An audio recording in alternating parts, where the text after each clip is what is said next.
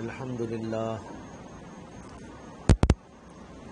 لله نحمده ونستعينه ونستغفره ونؤمن به ونتوكل عليه ونعوذ بالله من شرور أنفسنا ومن سيئات أعمالنا من يهده الله فلا مضل له ومن يضلله فلا هادي له ونشهد أن لا إله إلا الله وحده لا شريك له ونشهد أن سيدنا ومولانا محمدا عبده ورسوله صلى الله عليه وعلى آله وأصحابه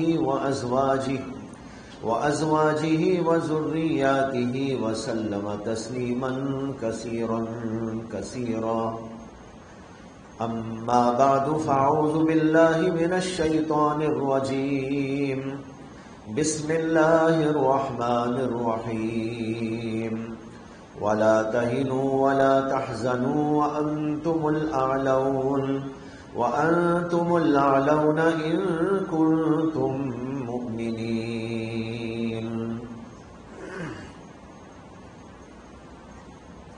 حضرات علماء کرام، حاضرین کرام، بزرگوں، دوستوں، بھائیوں، میں نے اس وقت آپ کے سامنے جو آیت کریمہ تلاوت کی ہے، یہ ایک خاص پس منظر میں نازل ہوئی ہے، اور اس میں اللہ تعالیٰ کا ارشاد ہے وَلَا تَهِنُوا وَلَا تَحْزَنُوا، تم پست ہمت نہ ہونا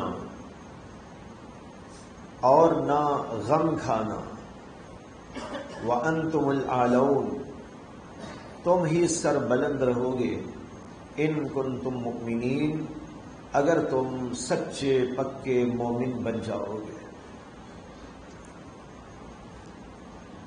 اس آیت کریمہ میں ایک خاص پس منظر میں حکم نازل کیا گیا، لیکن حالات جب بھی ایسے رونما ہوتے رہیں گے، ان حالات میں یہ آیت برابر ہم کو تنبیہ کرتی رہے گی، متوجہ کرتی رہے گی، اور یہ حکم برابر سناتی رہے گی. انسان کے اوپر حالات ہمیشہ یکساں نہیں رہتے، اور اسی طریقے پر امتوں پر بھی حالات یکساں نہیں ہوا کرتے. اللہ تبارک و تعالیٰ کی حکمت ہے، اس حکمت کی وجہ سے اللہ تبارک و تعالیٰ حالات کو عدلتے بدلتے رہتے ہیں. جس طرح کے فرد کے حالات کو بدلتے رہتے ہیں، فرد کے حالات بھی یکساں نہیں رہتے. کبھی اسے اللہ تبارک و تعالیٰ راحتوں میں رکھتے ہیں، اور کبھی ایسا ہوتا ہے کہ اس کے خلاف اسے مصیبتوں، تنگیوں اور پریشانیوں میں ڈال دیتے ہیں. یہ بھی اللہ کی حکمت کے تحت ہوتا ہے، اور یہ بھی اللہ کی حکمت کے تحت ہوتا ہے. اللہ آزمانا چاہتے ہیں، دیکھنا چاہتے ہیں کہ میرے بندے، میں ان کو نعمتیں دیتا ہوں تو کیا کرتے ہیں، نعمتیں چھین کر مصیبت میں ڈالتا ہوں تو کیا کرتے ہیں. بندے کا کام یہ ہے کہ وہ ہمیشہ اللہ کی طرف رجوع کرے. جب اسے اللہ نعمتوں سے نوازے، اس وقت بھی وہ اللہ کو نہ بھولے، اور جب اللہ اسے کسی مصیبت میں گرفتار کر دے تو وہاں بھی اللہ کو نہ بھولے. ہر وقت وہ اللہ کی دھن میں رہے، اللہ کی یاد میں رہے، اللہ کی اطاعت اور فرمانبرداری میں رہے. اللہ یہ مطالبہ ہم سے کرتے ہیں، کبھی دے کر اور کبھی چھین کر، کبھی نعمتوں سے نواز کر اور کبھی نعمتوں سے محروم کر کے، کبھی پریشانیوں میں ڈال کر اور کبھی راحتوں میں رکھ کر اللہ یہ آزمائش کرتے رہتے ہیں. جس طرح فرد کی زندگی میں یہ حالات آتے ہیں اسی طریقے پر امت پر بھی حالات آتے ہیں، پوری ملت پر بھی حالات آتے ہیں۔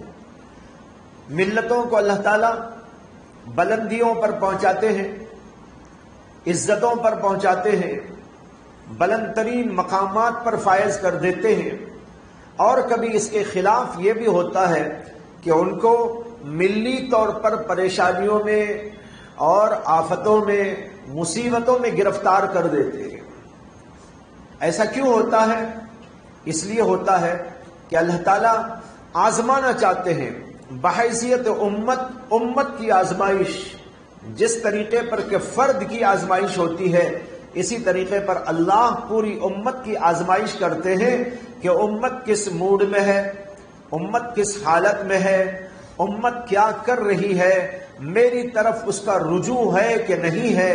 یہ دیکھنے کے لیے اللہ تعالیٰ کی جانب سے یہ دونوں قسم کے احوال اور دونوں قسم کے حالات پیدا کر دیے جاتے ہیں۔ کبھی تو یہ ہوتا ہے کہ عروج پر اس کو پہنچا دیا جاتا ہے، اور کبھی ہوتا ہے کہ اسے نزول دے دیا جاتا ہے، یعنی اتار دیا جاتا ہے۔ دیکھنا چاہتے ہیں کہ بندے اور یہ امت کیا کرتی ہے، میری طرف اس کا رجوع ہے یا نہیں ہے۔ یہ ایک اللہ کی آزمائش ہوتی ہے۔ اس آزمائش کے تحت یہ حالات عدل بدل ہوتے رہتے ہیں دنیا کے اندر، اور تاریخ نے بھی بتایا ہے کہ ہر دور کے اندر حالات بدلتے آئے ہیں۔ کبھی بہت اچھے حالات تھے، اور ایک دور وہ بھی آیا کہ مسلمانوں کی حکومتوں اور مسلمانوں کی طاقتوں کو زیر کر دیا گیا۔ آپ کو یاد ہوگا تاریخ کا یہ واقعہ جس کے اندر مسلمانوں کی ترقی آسمان کو چھو رہی تھی اور بہت بلندیوں پر پہنچ گئی تھی، لیکن اسی کے بعد یہ حالات بھی لوگوں نے دیکھے۔ اسی آسمان کے تحت اور اسی زمین کے اوپر حالات ایک دم پلٹی کھا گئے، اور حالات کے اندر عجیب جو ہے انقلاب پیدا ہو گیا، اور تاتاری قوموں نے مسلمانوں کو ذلیل کر دیا، رسوا کر دیا، پسپا کر دیا، اینٹ کی اینٹ بجا دی، اور حالات ایسے کر دیے کہ اس سے زیادہ سخت ترین حالات کبھی نہیں پیش آئے۔ تاریخ بتاتی ہے کہ اس قدر سخت ترین حالات پیش آئے کہ ایک مورخ نے لکھا، علامہ ابن الاسیر نے، کہ میرا خیال ہے کہ جب سے کہ اللہ نے اس کائنات کو پیدا کیا تب سے لے کر آج تک ایسے حالات کبھی نہیں پیش آئے، اور میرا یہ بھی خیال ہے کہ آئندہ قیامت تک شاید ایسے حالات پھر نہ پیش آئے۔ یہ علامہ ابن الاسیر کا تبصرہ ہے ان کی کتاب الکامل فی التاریخ میں، جو اسی زمانے کے مورخ ہیں جس زمانے میں تاتاری قوموں نے مسلمانوں کی اینٹ سے اینٹ بجا دی تھی اور ان کی ہولی کھیلی تھی اور ان کے سروں کا مینار بنا دیا تھا۔ جس زمانے میں یہ واقعات پیش آئے اسی زمانے میں علامہ ابن الاسیر دنیا میں موجود تھے۔ انہوں نے لکھا ہے کہ میں سوچتا رہا ایک زمانے تک کہ اس تاریخ کو میں اپنی تاریخ کا جز بناؤں کہ نہ بناؤں، میں اپنی اس تاریخ کے اندر ان واقعات کو لکھوں یا نہ لکھوں۔ یہ مسلمانوں کا مرثیہ ہے، یہ مسلمانوں کے لیے بہت آزمائش کا دور، میں کیا اس کو لکھوں یا اس کو لپیٹ کے چلے جاؤں؟ کہتے ہیں کہ بہت غور و فکر کے بعد، آزمانے کے بعد، استخارے کے بعد میں اس نتیجے پر پہنچا کہ نہیں، مجھے لکھنا چاہیے، لکھ دینا نہ لکھنے سے بہتر ہے، اس لیے میں اس کو لکھ رہا ہوں۔ یہ کہہ کر انہوں نے اب اس تاریخ کو ضبط کیا ہے اور مدون کیا، جس کو آج ہم لوگ پڑھتے ہیں۔ بتانا یہ چاہتا ہوں، ملتوں کے اندر ہر دور کے اندر ایسے واقعات پیش آئے ہیں، بڑے بڑے سخت ترین حالات پیش آئے ہیں۔ اللہ نے جب بھی ایسے حالات پیش آئے اس آیت کو ہمارے لیے رکھ دیا ہے قرآن کریم کے اندر کہ تم اس کو پڑھو اور سمجھو اور اپنے دلوں میں ڈھارس پیدا کرو، اپنے دلوں میں ہمت پیدا کرو، شجاعت و بہادری پیدا کرو، اور غور و فکر سے کام لیا کرو۔ رسوا ہو کر، پسپا ہو کر، کمزور ہو کر، پست ہمت ہو کر، اپنے آپ کو یہ سمجھ کر کہ ہم ناکارہ ہیں، تم یوں غم میں مبتلا مت ہو جاؤ۔ ولا تہنوا ولا تحزنوا، نہ تو اپنے آپ کو پست ہمت بناؤ، نہ تو غم میں مبتلا ہو۔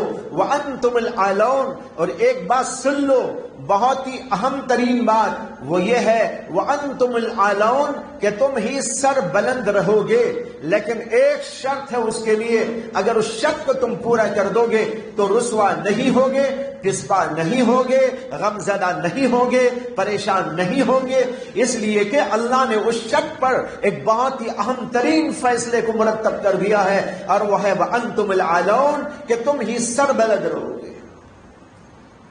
شرط کیا ہے؟ اللہ کہتے ہیں ان کنتم مؤمنین، اگر تم سچے و پکے مومن بن کے رہو گے تو تم ہی سر بلند رہو گے۔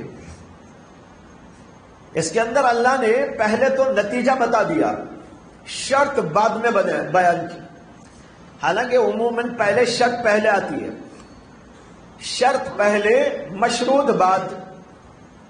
عموماً جو کلام کا طرز ہوتا ہے وہ اسی طریقے پر ہوتا ہے، لیکن اللہ تعالیٰ نے یہاں نتیجہ پہلے بیان کر دیا، اس کے بعد اس کی شرط بیان فرمائی۔ کیوں؟ یہ ہمارے دلوں کی ڈھارس بنانے کے لیے، ہمارے دلوں میں ہمت پیدا کرنے کے لیے۔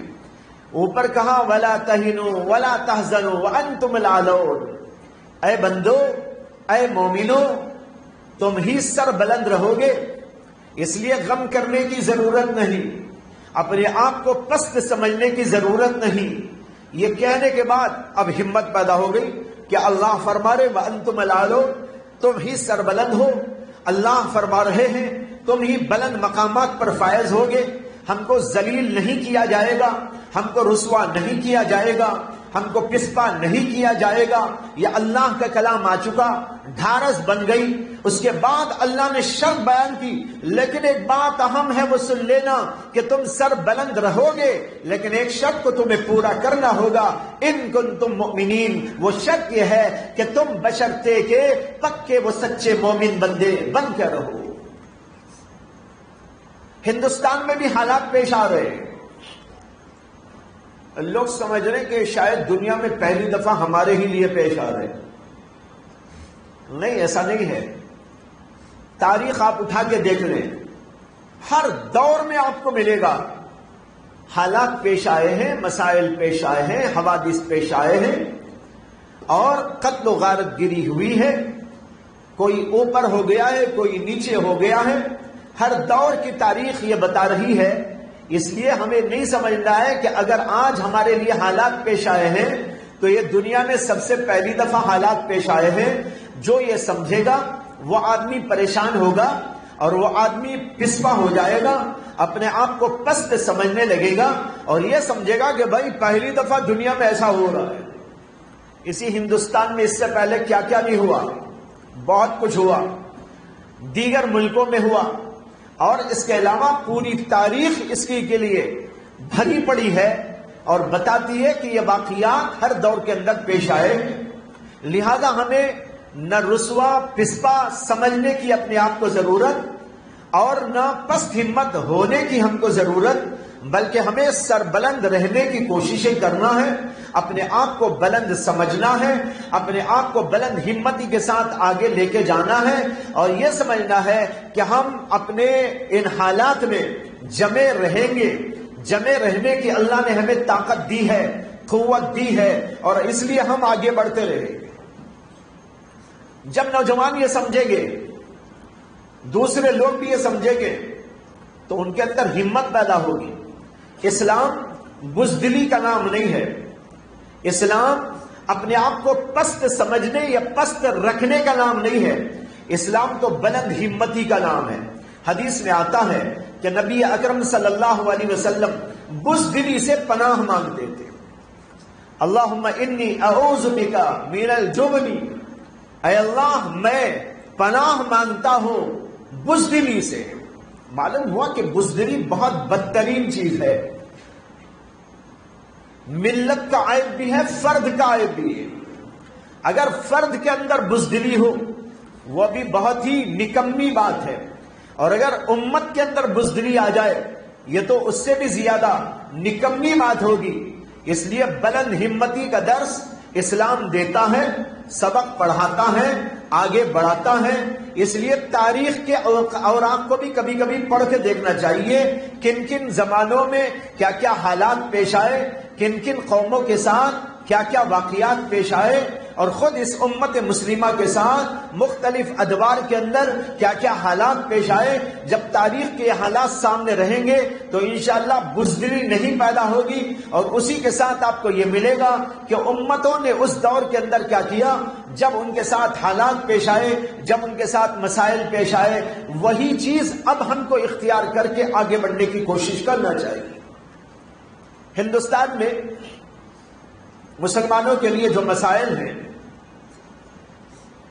ان میں سب سے پہلا مسئلہ تو یہ ہے کہ ان کے ایمانوں کا تحفظ ہو، دوسرے نمبر پر ان کی تعلیم کا تحفظ ہو، تیسرے نمبر پر ان کے اقتصادیات کا تحفظ ہو، اور چوتھے نمبر پر ان کی جانوں کا تحفظ ہو۔ میں نے جان کو آخر میں قصدن رکھا ہے، اگرچہ بہت سے لوگ سمجھیں گے کہ بھئی جان کا مسئلہ تو سب سے اہم ہے، پہلے آنا چاہیے۔ نہیں، مسلمان کے لیے سب سے پہلا مسئلہ تو ایمان کا ہے، اس کے بعد تعلیم کا مسئلہ ہے، اس کے بعد اس کی اقتصادیات کا مسئلہ ہے، اس کے بعد اس کی جان کا مسئلہ ہے۔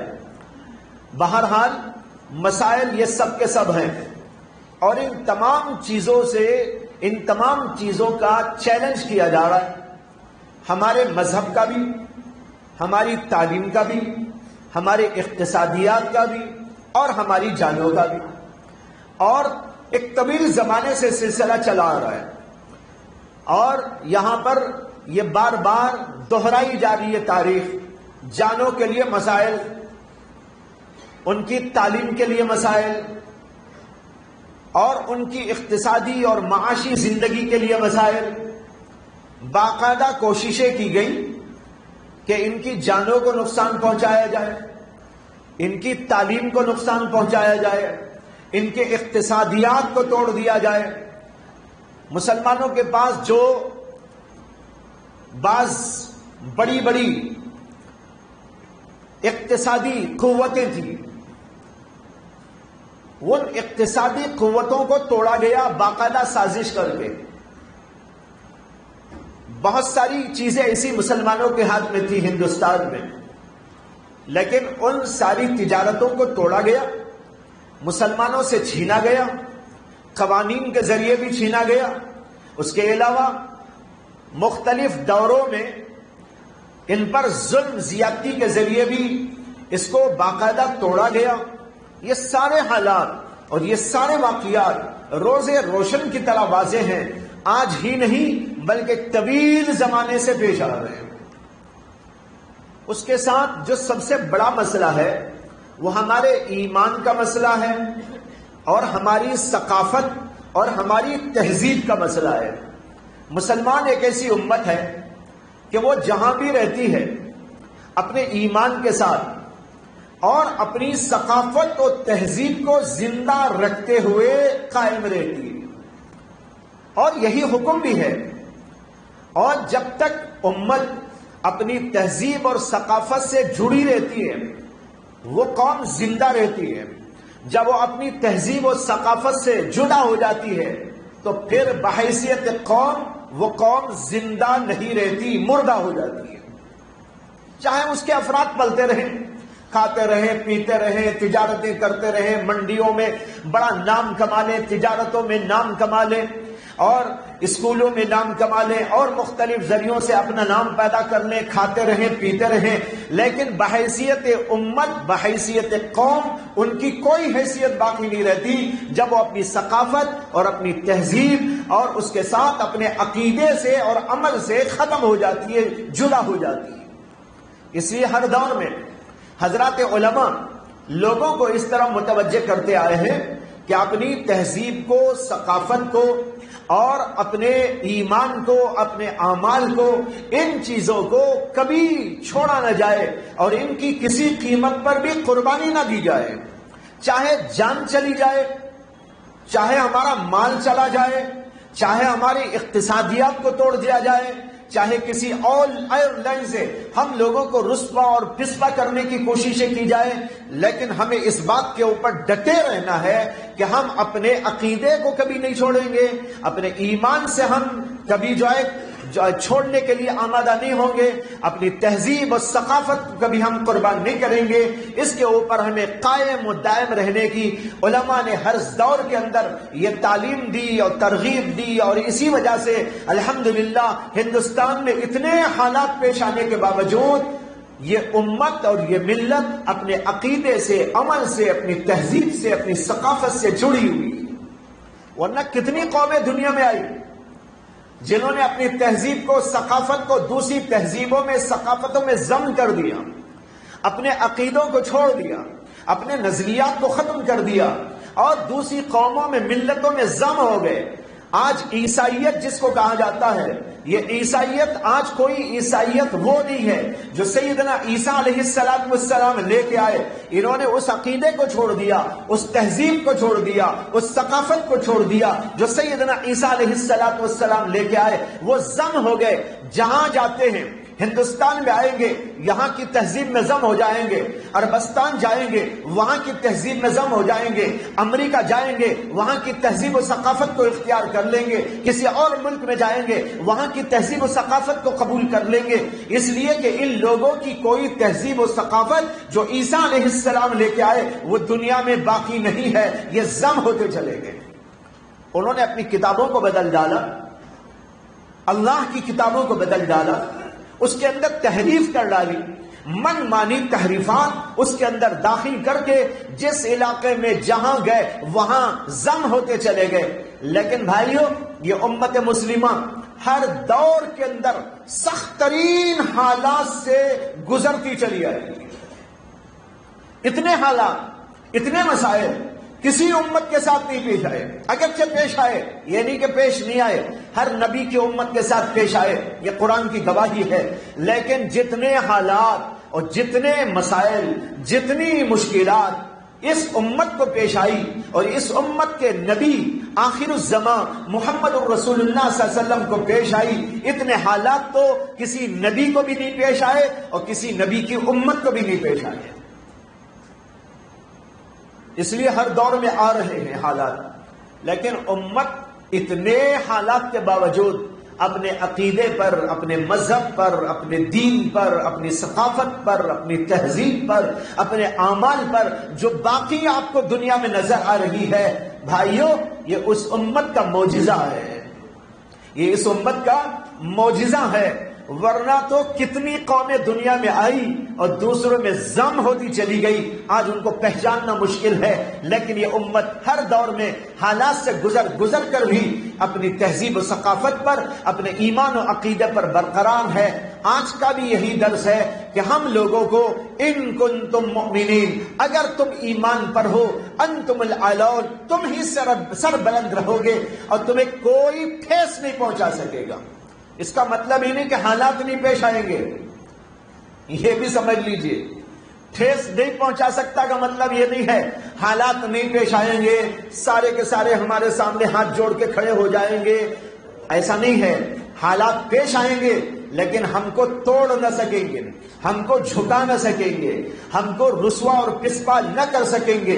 یہ امت باقی رہے گی، آگے تک باقی رہے گی، اور اس امت کے لیے اللہ کا فیصلہ ہے کہ قیامت تک اس کو زندہ رہنا ہے۔ یہ امت آخری امت ہے، جب اس کا نام ہی آخری امت ہے تو کیا اس امت کو لپیٹ کر رکھ دیا جائے گا؟ یہ نکتہ یاد رکھیے، جب اس امت کو آخری امت قرار دیا گیا ہے تو یہ امت آخری دور تک باقی رہے گی۔ اگر یہ آخری دور تک باقی نہ رہے تو پھر یہ آخری امت کا ہوئی، دوسری قومیں آگے بڑھ کر اگر وہ آ جاتی ہیں تو یہ امت آخری امت کا ہوئی.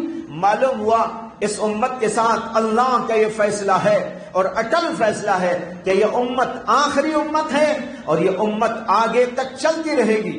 حالات آتے رہیں گے، مسائل آتے رہیں گے، اپنی جگہ اٹھتے رہیں گے اور اپنے شوشے چھوڑتے رہیں گے اور اپنے جو ہے کارندوں کو، اپنے نمائندوں کو ہمارے درمیان میں بھیجتے رہیں گے. لیکن اس امت کا یہ خاصہ ہے، اس امت کا یہ معجزہ ہے اور رہے گا کہ یہ امت ان حالات میں گھرے ہونے کے باوجود برابر آگے چلتی رہے گی اور اپنے دین پر، اپنے مذہب پر برقرار رہے گی. اللہ نے اعلان کر دیا وَأَنْتُمُ الْأَعْلَوْنَ إِن كُنتُم مُؤْمِنِينَ.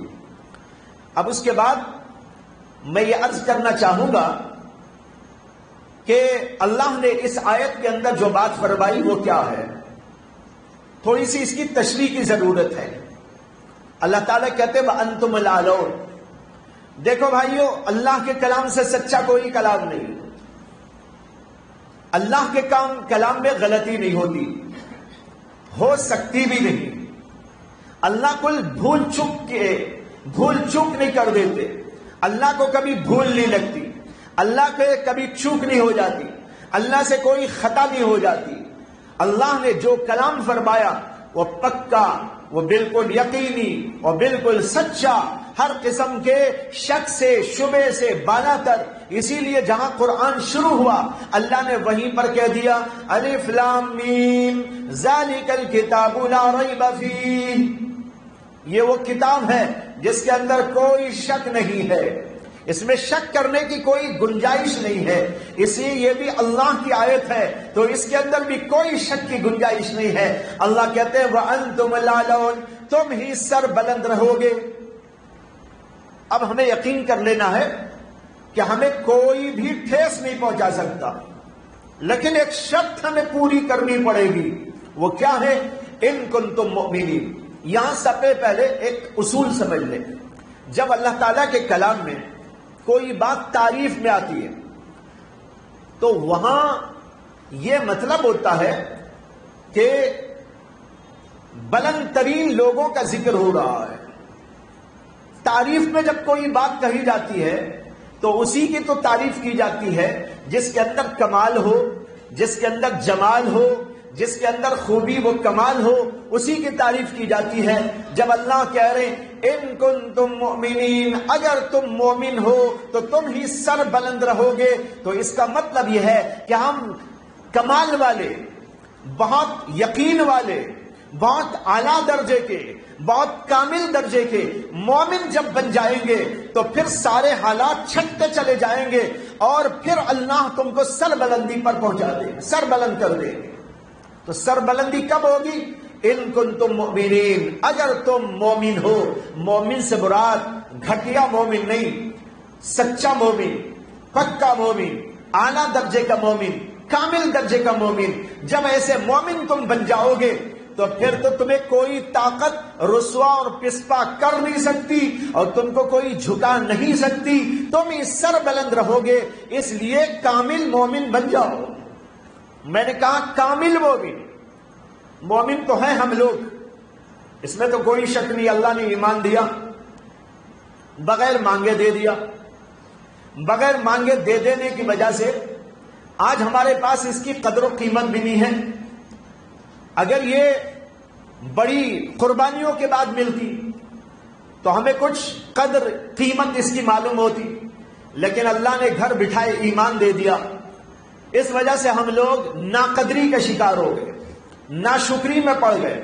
اگر یہ ایمان ہم کو پیسے لے کر دیا جاتا، بڑی قربانیوں کے بعد دیا جاتا، بڑی محنتوں کے بعد دیا جاتا، تو ہمارے دلوں میں اس کی بڑی عظمت، بڑی قدر و قیمت پیدا ہو جاتی. لیکن آج عام حالت یہ ہے کہ ہم کو اللہ نے ایمان دیا لیکن اس کی قدر و قیمت ہم نہیں پہچانتے. اور دوسری بات یہ ہے اللہ نے ہم کو ایمان دیا لیکن اس ایمان کو ہم ترقی نہیں دیتے. اگر ہم اس کو ترقی دیتے، اعلیٰ درجے کا ایمان اپنے اندر پیدا کر لیتے، ہمارے اندر سے کمیاں دور ہو جاتی، تو پھر ہم سر بلندی پا لیتے. اس میں کوئی شک اس میں کوئی شبہ نہیں ہونا چاہیے، اس لیے کہ اللہ کا کلام ہے وَأَنْتُمُ الْأَعْلَوْنَ إِن كُنتُم مُؤْمِنِينَ۔ لہذا ان کنتم مؤمنین کا مطلب یہ ہوا کہ اگر تم سچے وہ پکے مومن بندے بن جاؤ تب تمہارے لیے یہ اللہ کا وعدہ ہے۔ لیکن آج سب سے بڑا سوال یہی ہے کہ ہمارے اندر ایمان تو ہے لیکن ایمان اعلیٰ درجے کا نہیں ہے، کامل درجے کا نہیں ہے۔ اسی لیے قرآن میں ایک جگہ پر اللہ تعالیٰ نے کہا یا ایھا الذین آمنوا آمنوا، اے ایمان والو ایمان لاؤ۔ سوال یہ ہے ایمان والوں کو اللہ کہہ رہے ایمان لاؤ، یہ تو ایسا ہوا جیسے آپ کہیں کہ اے آنکھ والے آنکھ لگا لے۔ ارے آنکھ والا تو ہے، پھر کیا آنکھ لگائے گا؟ ناک والا ناک کیا لگائے گا؟ اللہ کہتے ایمان والے ایمان لاؤ۔ وجہ یہ ہے کہ کامل ایمان کا اللہ کا مطالبہ ہے۔ ایمان تو ہے ہمارے اندر لیکن کامل ایمان نہیں ہے۔ جب کمال والا ایمان نہیں تو اللہ مطالبہ کر رہے ہیں اے ایمان والو اپنے ایمان کو بنا لو، اپنے آپ کو ٹھیک کر لو، اپنے اندر کے غلط عقیدوں کو نکال دو، اپنے اندر کے غلط اعمال کو نکال دو، اپنی معاشرت کو ٹھیک کر لو، اپنے اخلاق کو ٹھیک کر لو، اپنی عبادتوں کو ٹھیک کر لو۔ جب ان سب چیزوں کو تم ٹھیک کر لو گے کامل بن جاؤ گے۔ جو ہی کامل بن جاؤ گے انتم الاعلون، سر بلندی پر پہنچ جاؤ گے، تمہیں کوئی طاقت رسوا اور پسپا نہیں کر سکتی۔ بھائیو، حضرات صحابہ کرام کا دور پہلا دور ہے اس امت کا، اس کے اندر جو ایمان والے تیار ہوئے حضرات صحابہ کرام رضوان اللہ تعالی علیہ مجمعین، وہ کتنے سربلند تھے اور اللہ نے انہیں کتنی بڑی طاقت دی۔ جنگ بدر کے میدان میں 313 افراد، دوسری طرف ہزاروں ہزار لوگ، لیکن اس کے باوجود 313 نہتے افراد ہزاروں پر غالب آ گئے۔ اسی طرح اور جنگوں کا حال اللہ کے نبی صلی اللہ علیہ وسلم کے دور میں دیکھنے والوں نے دیکھا، آج تاریخ کے اندر منضبط ہے، پڑھنے والے اس کو پڑھتے ہیں، حیران رہ جاتے ہیں یہ طاقت کہاں سے آئی، یہ سر بلندی اللہ نے ان کو کیوں دے دی؟ اس کی وجہ یہی تھی کہ انہوں نے اس شرط کو پورا کر لیا تھا ان کنتم مؤمنین۔ اور یہ بھی آپ کو بتاتا چلوں، جہاں کبھی کمی ہوئی اللہ نے فوراً پکڑ کر لی، صحابہ کرام کی پکڑ کر لی۔ غزوہ حنین کے موقع پر قرآن گواہی دیتا ہے وَيَوْمَ حُنَيْنٍ إِذْ أَعْجَبَتْكُمْ كَثْرَتُكُمْ فَلَمْ تُغْنِ عَنْكُمْ شَيْئًا۔ کیا ہوا تھا؟ غزوہ حنین کے موقع پر صحابہ کرام کی تعداد بڑھ گئی تھی۔ جنگ بدر کے موقع کے جنگ بدر کے مقابلے میں، جنگ احد کے مقابلے میں اور جنگوں کے اعتبار سے اس موقع پر ماشاءاللہ بہت بڑی تعداد تھی۔ اس تعداد پر حضرات صحابہ کرام کو فخر ہو گیا، ان کے دلوں میں آ گیا ارے ہم تو ماشاءاللہ بہت بڑی طاقت ہے، ہمیں کون جھکا سکتا ہے، ہمیں کون نیچا دکھا سکتا ہے، ہمیں کون جو ہے رسوا کر سکتا ہے، ہم تو بہت بڑی تعداد میں ہیں۔ اب تک تو چھوٹی چھوٹی تعداد میں ہم رہے، جنگ بدر میں 313 تھے اور اس کے بعد بھی تھوڑی بہت تعداد بڑھ گئی تھی، لیکن اب تو ہزاروں کی تعداد میں آ گئے ہیں۔ اللہ کے نبی علیہ السلام کے ساتھ غزوہ فتح مکے کے موقع پر 10,000 صحابہ تھے۔ کتنے صحابہ؟ 10,000 صحابہ۔ وہی 10,000 صحابہ پھر غزوہ حنین کے لیے گئے تھے، انہوں نے اپنی تعداد پر فخر کرنا شروع کر دیا، اللہ نے وہیں پکڑ بھی کر لی اور ان کو اس وقت میں جو ہے کچھ دیر ایسا کر دیا کہ وہ پست ہو گئے۔ یہ قرآن کریم نے بتایا وَيَوْمَ حُنَيْنٍ إِذْ أَعْجَبَتْكُمْ كَثْرَتُكُمْ، جب تم نے اپنی کثرت پر فخر کیا، غرور کیا، تو وہاں پر کیا حال تمہارے ساتھ میں پیش آیا؟ ذرا سوچ کر دیکھ لو کہ تم کو تمہاری کثرت نے کچھ بھی فائدہ نہیں پہنچایا۔ معلوم ہوا کہ اگر کوئی بھی کمی ہوتی ہے اللہ پکڑ کر لیتے ہیں۔ اسی طرح کے واقعہ غزوہ احد کے موقع پر پیش آیا۔ حضرات صحابہ کرام نے اللہ کے نبی صلی اللہ علیہ وسلم کے حکم کے مطابق وہاں ایک پہاڑی کے پاس کھڑے کیے گئے تھے. اللہ کے نبی نے فرمایا تھا یہاں پر کھڑے رہنا اور یہیں پر قائم رہنا، جنگ ہونے تک یہیں باقی رہنا. پھر اس کے بعد کیا ہوا؟ اس کے بعد یہ ہوا کہ جنگ ختم ہوئی، کفار بھاگنے لگے، تو یہ صحابہ جو 50 کی تعداد میں تھے وہاں کھڑے کھڑے آپس میں ان میں اختلاف ہونے لگا. انہوں نے آپس میں کہا، کچھ لوگوں نے کہا کہ بھائی چلو سب جا رہے ہیں غنیمت کا مال لوٹنے، ہم بھی لوٹیں گے. کچھ نے کہا کہ ہم نہیں جائیں گے جب تک اللہ کے نبی نہیں فرمائیں گے. آپس میں اختلاف ہوا، کچھ لوگ ادھر چلے گئے، کچھ لوگ ادھر ٹھہرے رہے، اور کفار جو ادھر سے گئے تھے وہ پیچھے کی طرف سے آ کر اچانک حملہ کر دیے. نتیجہ یہ ہوا کہ مسلمانوں کے پیر اکھڑ گئے. اب یہاں پر چوک ہوئی صحابہ کرام سے. کیا؟ اللہ کے نبی نے کہا تھا یہیں ٹھہرے رہنا، لیکن ان میں سے کچھ لوگ وہاں ٹھہرنے کے بجائے وہاں سے نکل کے چلے گئے. اب یہاں پر اللہ نے اس کے اوپر پکڑ کر لی. بتانے چاہتا ہوں جب جب کمی آئی اللہ نے پکڑ کر دی، جب جب وہ قائم دائم رہے، ایمان پر مضبوط رہے، اللہ نے انہیں بلندیوں پر پہنچا دیا. دونوں قسم کے واقعات حضرات صحابہ کرام کی تاریخ کے اندر موجود ہے. اب ذرا ہم کو ہوش میں آنے کی ضرورت ہے اور سوچنے و سمجھنے کی ضرورت ہے کہ جب حضرات صحابہ کرام سے ذرا سی چوک ہو گئی، انہوں نے فخر کر لیا، اللہ نے پکڑ کر لی. سنت کو چھوڑ کر، اللہ کے نبی کے حکم کو چھوڑ کر ذرا آگے بڑھ گئے، وہاں پر اللہ نے پکڑ کر لی.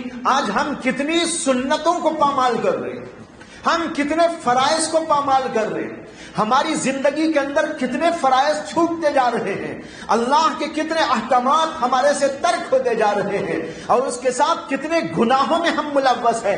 ظاہری گناہ، باطنی گناہ. آنکھ گناہ کر رہی ہے، کان گناہ کر رہے ہیں، پیر گناہ کر رہے ہیں، ہاتھ گناہ کر رہے ہیں، دل گناہ کر رہے ہیں.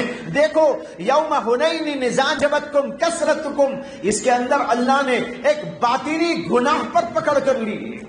یہ ظاہری گناہ نہیں تھا، باطنی گناہ تھا. باطنی گناہ کیا؟ فخر کرنا، عجب و خود پسندی میں مبتلا ہو جانا. یہ عجب و خود پسندی یا تکبر اور غرور اور فخر ایک دل کا گناہ ہے، اس پر بھی اللہ نے پکڑ کر لیا. آج ہمارے اندر کتنے گناہ ہیں، کس قدر اللہ کی نافرمانیاں ہیں، اور اللہ شرط لگا رہے ان کنتم مؤمنین، اگر تم سچے و پکے مومن ہو تو تم سر بلند رہو گے. اسی سے خود سمجھ میں آ گیا کہ اگر سچے پکے مومن ہم نہیں رہے، یہ اللہ کا وعدہ ہم سے نہیں ہے وَأَنْتُمُ الْأَعْلَوْنَ کا کہ تم سر بلند رہو گے. سر بلندی کا وعدہ اسی شرط کے ساتھ میں مشروط ہے کہ ہم اللہ کے دین پر اور ایمان پر مضبوطی کے ساتھ، کامل درجے کے ساتھ، پابندیوں کے ساتھ میں رہے. اگر یہ شرط ہم پوری کرتے ہیں اللہ بھی اپنی شرط پوری کر دے. لیکن ہو کیا رہا ہے؟ ہمارا ایمان تو ایسا ہے. ایک مسئلہ یہاں اور سمجھ لیجئے، ایمان کے کیا معنی؟ ہم سمجھیں ایمان کے معنی اللہ کو مان لینا، رسول کو مان لینا. لیکن ایمان دو قسم کا ہے، ایک معمولی ایمان، ایک کامل ایمان. ایک تھرڈ کلاس قسم کا ایمان، ایک فرسٹ کلاس قسم کا ایمان. تھرڈ کلاس ایمان یہ ہے کہ ایک آدمی اللہ کو مانے، رسولوں کو مانے، پیغمبروں کو مانے، اللہ کی کتابوں کو مانے، آخرت کو مانے، اور کہ میں سب کو مانتا ہوں، لیکن نماز کے وقت میں نماز کو نہیں آتا، گناہ کرتا ہے، برائیوں میں مبتلا رہتا ہے، عبادت اور اطاعت نہیں کرتا ہے، الٹی سیدھی حرکتیں بھی کرتا ہے. یہ آدمی تھرڈ کلاس قسم کا مومن ہے مومن. یہ نہیں کہتے کہ مومن نہیں، لیکن ہے آخری درجے کا مومن. اور ایک ہے فرسٹ کلاس قسم کا مومن. وہ کون ہے؟ وہ ہے جو ماننے کے ساتھ اپنی پوری زندگی کو اللہ کے حوالے کر دیتا ہے، اپنی ہر زندگی کے پہلو کو اللہ کی اطاعت سے لبریز کر لیتا ہے. اس کو کہا جاتا ہے پکا وہ سچا مومن. علماء کے درمیان میں بحث ہوئی ہے، علماء جانتے ہیں ایمان کی تعریف کیا. بیشتر حضرات محدثین، بیشتر حضرات فقہا ایمان کی تعریف میں یہ کہتے ہیں کہ ایمان ہے التصدیق بالجنان، التصدیق بالجنان یعنی دل سے ماننا اللہ کو، رسولوں کو، اور اللہ کی کتابوں کو، اور آخرت کو، اور تقدیر کو، مرنے کے بعد اٹھائے جانے کو، ان سب چیزوں کے ماننے کا نام ایمان ایک بات۔ نمبر 2 الاقرار باللسان، زبان سے اس کا اقرار کرنا، یعنی صرف دل میں جاننا یا دل میں ماننا نہیں، زبان سے بھی مانے میں اللہ کو مانتا ہوں، میں رسول کو مانتا ہوں، میں اللہ کی کتابوں کو مانتا ہوں، میں آخرت کو مانتا ہوں، یہ ہے اقرار باللسان۔ اور تیسری چیز بھی ایمان کے اندر داخل ہے، وہ تیسری چیز کیا ہے؟ والعمل بالارکان، اپنے ہاتھ پیر اعضاء جوارے اور اپنے جسم کے اعضاء سے اللہ کی عبادت اور اللہ کے لیے عمل کرنا، یہ بھی اس کے اندر داخل ہے۔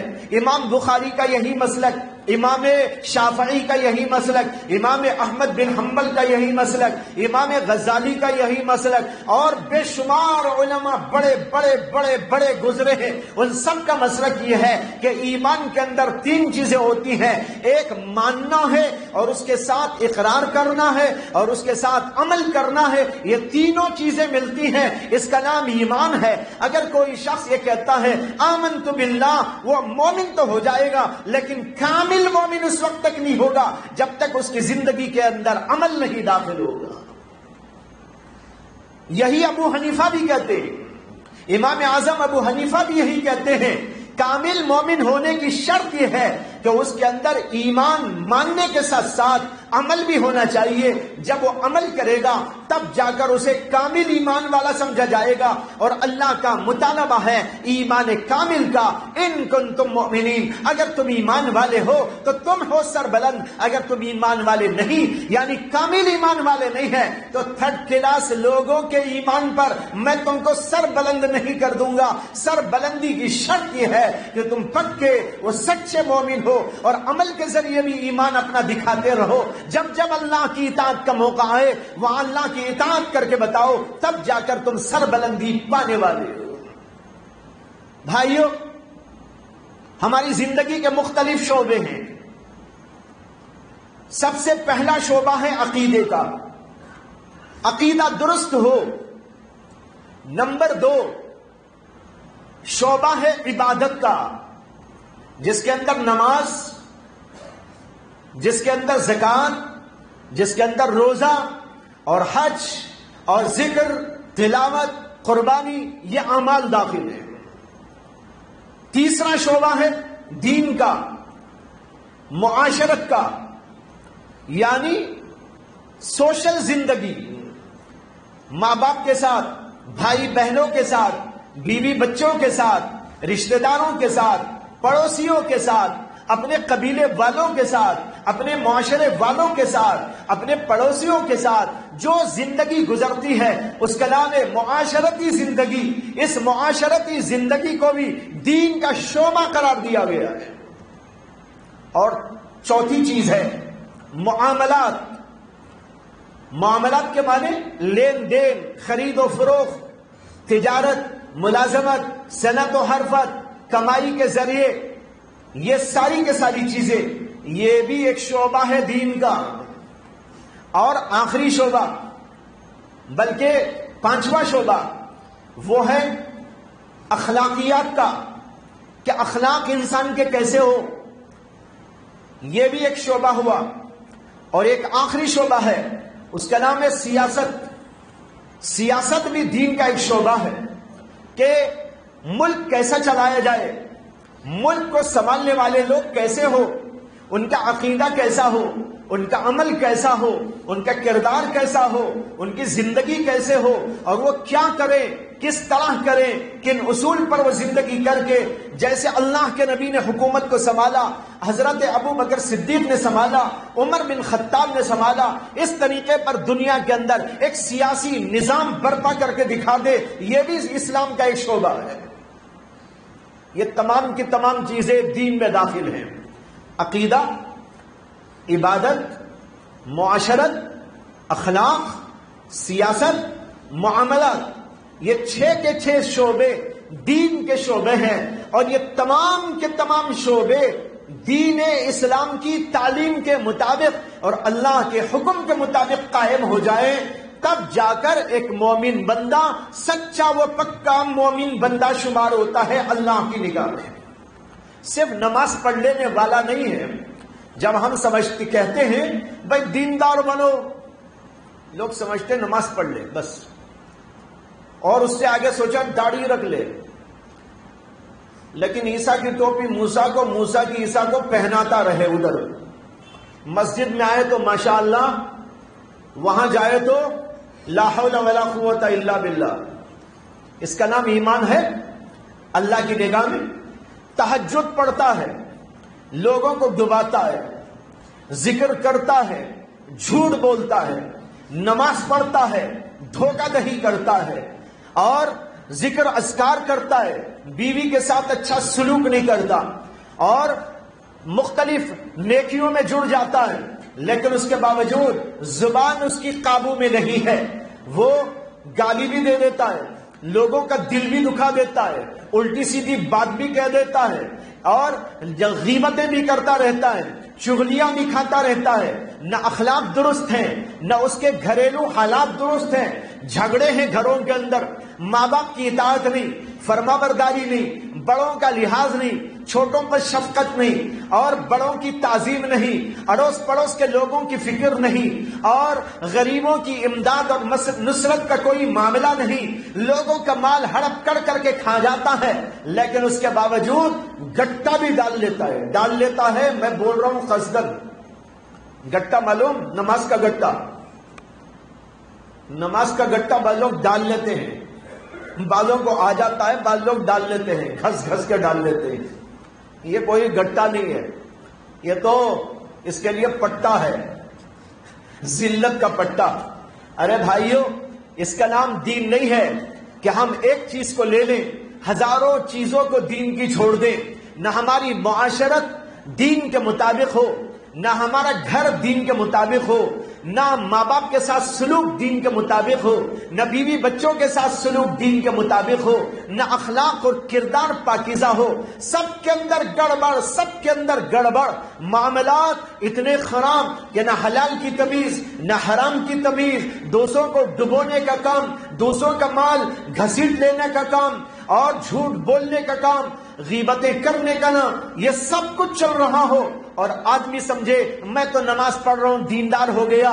اللہ کیوں فرشتوں کو نہیں بھیج دیتا جیسے کہ جنگ بدر میں بھیجا؟ ارے میں تو تہجد گزار ہوں، میں تو دعائیں کر رہا ہوں، میں تو اللہ سے مانگ رہا ہوں، کیوں اللہ کے فرشتے نہیں آ جاتے؟ امت کے حالات ایک دم کیوں درست نہیں ہو جاتے؟ حالانکہ کبھی وہ جھوٹ کو نہیں چھوڑتا، نماز پڑھتا ہے، جھوٹ بولتا ہے، اور نیکی کرتا ہے، دھوکہ دیتا ہے، اس کے ساتھ اور کچھ کر لیتا ہے، لیکن اس کی زندگی تباہ ہے۔ بھائیو، اس جزوی طور پر ایمان کے کام کر لینے کا نام اللہ کی نگاہ میں سچا و پکا مومن نہیں ہے۔ سچا و پکا مومن وہ ہوتا ہے جو تمام چیزوں کے اعتبار سے دین پر قائم ہو جاتا ہے۔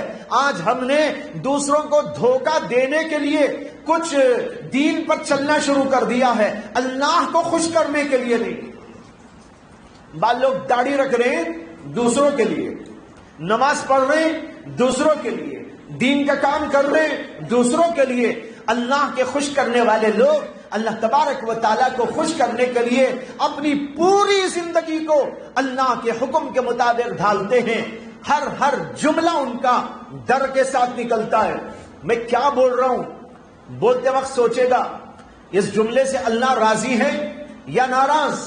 یہ بولنا میرے لیے جائز ہے یا ناجائز؟ یہ غیبت تو نہیں ہے، یہ کسی کی پگڑی اچھالنا تو نہیں ہے، یہ میرے اندر جو بیماریاں آئیں یہ سب کے سب غلط ہیں، تو میں اس کو کیوں پال رہا ہوں؟ میرے اندر حسد ہے، میرے اندر بغض ہے، میرے اندر کینہ ہے، امت سے کینہ، لوگوں سے کینہ، لوگوں سے حسد، لوگوں سے بغض، اور یہ سب میں اب رکھ کر نماز بھی پڑھ رہا ہوں، زکوٰۃ بھی دے رہا ہوں، حج پہ حج بھی کر رہا ہوں، عمروں پر عمرے بھی کرتے جا رہا ہوں، لیکن اپنا دل پاک و صاف نہیں ہے، اپنی معاشرت درست نہیں ہے، اپنے بھائیوں کے ساتھ اچھا اخلاق نہیں ہے، اللہ اللہ جانچتے ہیں تو اس طرح جانچتے ہیں کہ نماز بھی ٹھیک ہو، تمہاری معاشرت بھی ٹھیک ہو، تمہارے معاملات بھی ٹھیک ہو، تمہارے اخلاق بھی ٹھیک ہو، سارے کے ساری چیزیں ٹھیک ٹھیک شریعت کے مطابق ہو، تب کہا جاتا ہے یہ مومن بندہ ہے اللہ کی نگاہ میں۔ لیکن سوچئے بھائیو، آج ہمارے احوال کیا ہے؟ میں یہ نہیں کہتا کہ سب ایسے ہی ہیں، لیکن یہ ضرور کہہ سکتا ہوں کہ ہم میں سے بہت بڑا طبقہ ایسا ہے جس کا بھی میں نے نقشہ کھینچا، کچھ چیزیں دین کی ہم نے لے لی، اسی کو دین سمجھ لیا، باقی سب چیزوں کو ہم نے دین سے خارج کر دیا ہے۔ ہمارا حال اس جو ہے واقعے کی طرح ہے جس کے اندر آتا ہے کہ عرب کے کسی علاقے کے اندر جہاں لوگوں نے کبھی ہاتھی نہیں دیکھا تھا، وہاں کوئی ایران والے لوگ ہاتھی گھمانے کے لیے لے کے آ گئے۔ عرب میں ہاتھی نہیں ہوتا، وہاں تو اونٹ ہوتا ہے۔ تو ایک زمانے میں کسی نے ایران سے ہاتھی لایا، لوگ جمع ہو کے دیکھنے لگے۔ اسی علاقے میں 4-5 اندھے بھی رہتے تھے۔ ان اندھوں نے لوگوں سے پوچھا کہ بھئی سارے لوگ دوڑ دوڑ کے جا رہے، کہاں جا رہے ہیں؟ تو انہوں نے کہا کہ یہاں پر ہاتھی آیا ہے، ہاتھی کو دیکھنے جا رہے۔ انہوں نے کہا ہاتھی کیا ہے؟ کہا ایک بہت بڑا جانور ہے، عجیب و غریب جانور ہوتا ہے۔ انہوں نے کہا اچھا، ہم کو بھی شوق ہے دیکھنے کا؟ آنکھیں تو ہے نہیں، شوق ہے دیکھنے کا۔ آنکھیں تو ہے نہیں، شوق کیا ہے؟ دیکھنے کا شوق۔ تو اس لیے جو ہے انہوں نے کہا کہ بھئی ہم کو بھی لے کے چلو۔ کیسا دیکھو گے؟ ارے ہاتھ لگا لگا کے دیکھ لیں گے ہم لوگ، آنکھ سے تو دیکھ نہیں سکتے، ہاتھ لگا لگا کے دیکھ لیں گے۔ خیر وہ 4-5 اندھوں کو لے کے لوگ گئے۔ اب لے جا کے ایک ایک آدمی ان کا ہاتھی کو دکھانے لگا، بھئی دیکھو یہ ہاتھی ہوتا ہے۔ تو ایک کا ہاتھ ہاتھی کی ٹانگ پہ پڑ گیا، اس نے ایسا ایسا کر کے دیکھا۔ اس کے بعد میں کہنے لگا ہاتھی تو ایسا لگ رہا ہے جیسے ستون ہوتا ہے، یہ ستون دیکھو وہ بھی ایسا ہی ہے، ستون کی طرح نظر آ رہا ہے۔ اور ایک گیا آگے اور اس کا ہاتھ اس کی پیٹھ پہ لگ گیا، پیٹ یا پیٹھ پر ایسا گھما کے دیکھا۔ اس کے بعد میں اس نے کہا کہ یہ تو ایسا لگ رہا ہے کہ ہاتھی جو ہے دیوار کی طرح ہوتا ہے۔ اور ایک آدمی اندھا آگے بڑھا اور ہاتھی کی سونڈ اس نے دیکھ لی، اور اس نے کہا کہ یہ تو ایسا لگ رہا ہے جیسے کہ رسی ہوتی ہے۔ تو جس کا ہاتھ جہاں پڑا اس کو دیکھنے کے بعد آ کر اس نے کہا ہاتھی ایسا ہوتا ہے۔ ایک نے کہا ہاتھی تو ایسا ہوتا ہے جیسے دیوار۔ دوسرا کہنے لگا نہیں تم نے غلط دیکھا، میں نے صحیح دیکھا ہے، میں دیکھ کے آیا ہوں، ہاتھی کو ہاتھ لگا کے میں نے دیکھا، وہ تو ستون کی طرح ہوتا ہے۔ اور ایک نہیں تم دونوں غلط کہہ رہے ہو، میں نے دیکھا ہاتھی کو، وہ تو رسی کی طرح ہوتا ہے۔ اب دیکھو ان لوگوں نے ہاتھی کو ایک ایک جگہ ہاتھ رکھ کے دیکھ لیا اور اسی کو پورا ہاتھی سمجھ لیا۔ آج ہم لوگوں کا حال بھی یہ ہے کہ ایک چیز کو، دو چیز کو، 3-4 چیزوں کو دین کے ہم نے پڑھ لیا، دیکھ لیا، اسی کو ہم سمجھ رہے ہیں پورا دین ہم کو حاصل ہو گیا۔ جیسے انہوں نے ایک جز کو دیکھ کر پورا ہاتھی کو تصور میں لے آیا، اسی طریقے پر ایک جز، 2 جز دین کے ہم نے پڑھ لیے اور دیکھ لیے، اسی کو ہم نے سمجھا دین یہ ہے۔ بے شمار چیزیں دین کی ہم نے نکال دی۔ ہمارے میں لڑائیاں ہیں، ہمارے میں اختلافات ہیں، ہمارے اندر حسد ہے، ہمارے اندر کینہ ہے، ایک دوسرے کو نیچا دکھانے کی فکر ہے، اور مختلف انداز سے ایک دوسرے سے جدائی ہے۔ یہ ساری کے ساری چیزیں دین کے خلاف ہیں، اور یہ چیزیں دین کے اندر داخل ہونے کی کوئی گنجائش ہی نہیں رکھتی۔ لیکن آج ہم مسلمان ہو کر نماز بھی پڑھتے ہوئے، ذکر اذکار بھی کرتے ہوئے، کچھ اور دینی خدمات بھی کرتے ہوئے، آپس کے اندر اس قدر نا اتفاقیوں میں، اختلافات میں، حسد اور کینے میں، بغض میں، ان چیزوں کے اندر پڑے ہوئے ہیں، تو اللہ کے نزدیک ہمارا مقام مومنین میں ہوگا یا مومنین سے خارج ہوگا؟ جب مومنوں میں ہمارا شمار نہیں ہے، یعنی کامل مومنوں میں ہمارا شمار نہیں ہے، تو پھر اللہ کی طرف سے یہ جو اعلان کیا گیا وَأَنْتُمُ الْأَعْلَوْنَ، تم ہی سر بلند ہو ان کنتم مؤمنین، بشرطے کہ تم سچے و پکے مومن بن جاؤ، تو یہ چیز تو ہمارے لیے ہوگی ہی نہیں جب تک کہ ہم ان ساری چیزوں سے توبہ نہیں کریں۔ بھائیو، آج ہمیں بدلنے کی ضرورت ہے. حالات تو اللہ بدلتے ہیں، ہم نہیں بدل سکتے. اب جو حالات آئے ہوئے ہیں، یہاں بھی عنوان میں دیا گیا ہے new education policy. New education policy لانے والے لانے کی فکر کر رہے ہیں، اس کو پوری طرح تیار کر دیا گیا ہے اور اس کا بیس ایسا بنایا گیا ہے تعلیم تو اچھی ہو، لیکن جو بھی اس تعلیم میں شریک ہو، جو بھی اس تعلیم سے استفادہ کرے، وہ اپنے مذہب پر باقی نہ رہے، وہ زعفرانی رنگ میں رنگ جائے، وہ اسلامی رنگ سے ہٹ جائے، اللہ کے رنگ سے ہٹ جائے. اللہ نے قرآن میں کہا صبغت اللہ کے رنگ میں رنگ جاؤ، اسلام کے رنگ میں رنگ جاؤ. تمہاری ایک تہذیب ہے، تمہاری ایک ثقافت ہے، تمہارا ایک تشخص ہے، اس کے اندر تم کو رنگے رہنے کی ضرورت ہے. صبغت اللہ کے رنگ میں رنگ جاؤ. وَمَنْ أَحْسَنُ مِنَ اللَّهِ صِبْغًا، اور اللہ کے رنگ سے بہتر کس کا رنگ ہو سکتا ہے؟ یہ اللہ کا رنگ کیا ہے؟ یہ اسلامی تہذیب کا نام ہے، اسلامی ثقافت کا نام ہے، اسلامی انداز زندگی کا نام ہے. اللہ نے ہم کو کہا صبغت اللہ کے رنگ میں رنگ جاؤ. وہ لوگ یہ چاہ رہے ہیں کہ زعفرانی رنگ میں رنگ جاؤ، بی جے پی کے رنگ میں رنگ جاؤ. یہ وہ لوگ چاہ رہے ہیں، اس لیے ایسا ایجوکیشن سسٹم لانے کی کوشش کی جا رہی ہے اور اس کے لیے نیو ایجوکیشن پالیسی تیار کی گئی ہے کہ اس کو پڑھنے کے بعد پڑھنے والے کے نظریات اسلام کے بارے میں برقرار نہ رہیں، بلکہ وہ نظریات آ جائیں جو نظریات کے وہ پیش کرنا چاہتے ہیں. تہذیب و ثقافت ان لوگوں کی آ جائے جو وہ ہمارے اندر داخل کرنا چاہتے ہیں. ہماری تہذیب برقرار نہ رہے، ہماری ثقافت برقرار نہ رہے اور ہم ان کے رنگ میں رنگ جائیں. یہ ان کا نظریہ ہے، یہ ان کی تمنا ہے، یہ اس کے لیے جد و جہد کر رہے، اس کے لیے پوری تیاریاں کر چکے ہیں. جب نفاذ اس کا عمل میں آئے گا تو آنے کے بعد یہ سب کچھ ہونا شروع ہو جائے گا. جیسے کہ کسی دور کے اندر انگریزوں نے کیا تھا کہ انگریزوں کا رنگ چڑھ جائے، نام ایجوکیشن کا، نام تعلیم کا، لیکن تعلیم سے زیادہ ثقافت مقصود تھی. تعلیم سے زیادہ ان کی تہذیب اور ان کا تمدن مراد تھا. وہ چاہتے تھے تعلیم کے عنوان سے لوگ آئے. جب تعلیم کا نعرہ لگائیں گے بہت سارے لوگ تعلیم کے عنوان پر آ جائیں گے. وہ یہ نہیں سوچیں گے ہمارا مذہب باقی رہے گا کہ نہیں رہے گا، ہماری تعلیم، ہماری تہذیب باقی رہے گی کہ نہ رہے گی، ہماری ثقافت باقی رہے گی کہ نہ رہے گی، ہمارے نظریات کے اندر کوئی تبدیلی تو نہیں آ جائے گی. یہ نہیں سوچیں گے. وہ سوچیں گے تعلیم بہت اہم ہے. یہاں پر سمجھ لیں، تعلیم کے بارے میں 2 جملے عرض کر دینا چاہتا ہوں. تعلیم 2 قسم کی ہوتی ہے.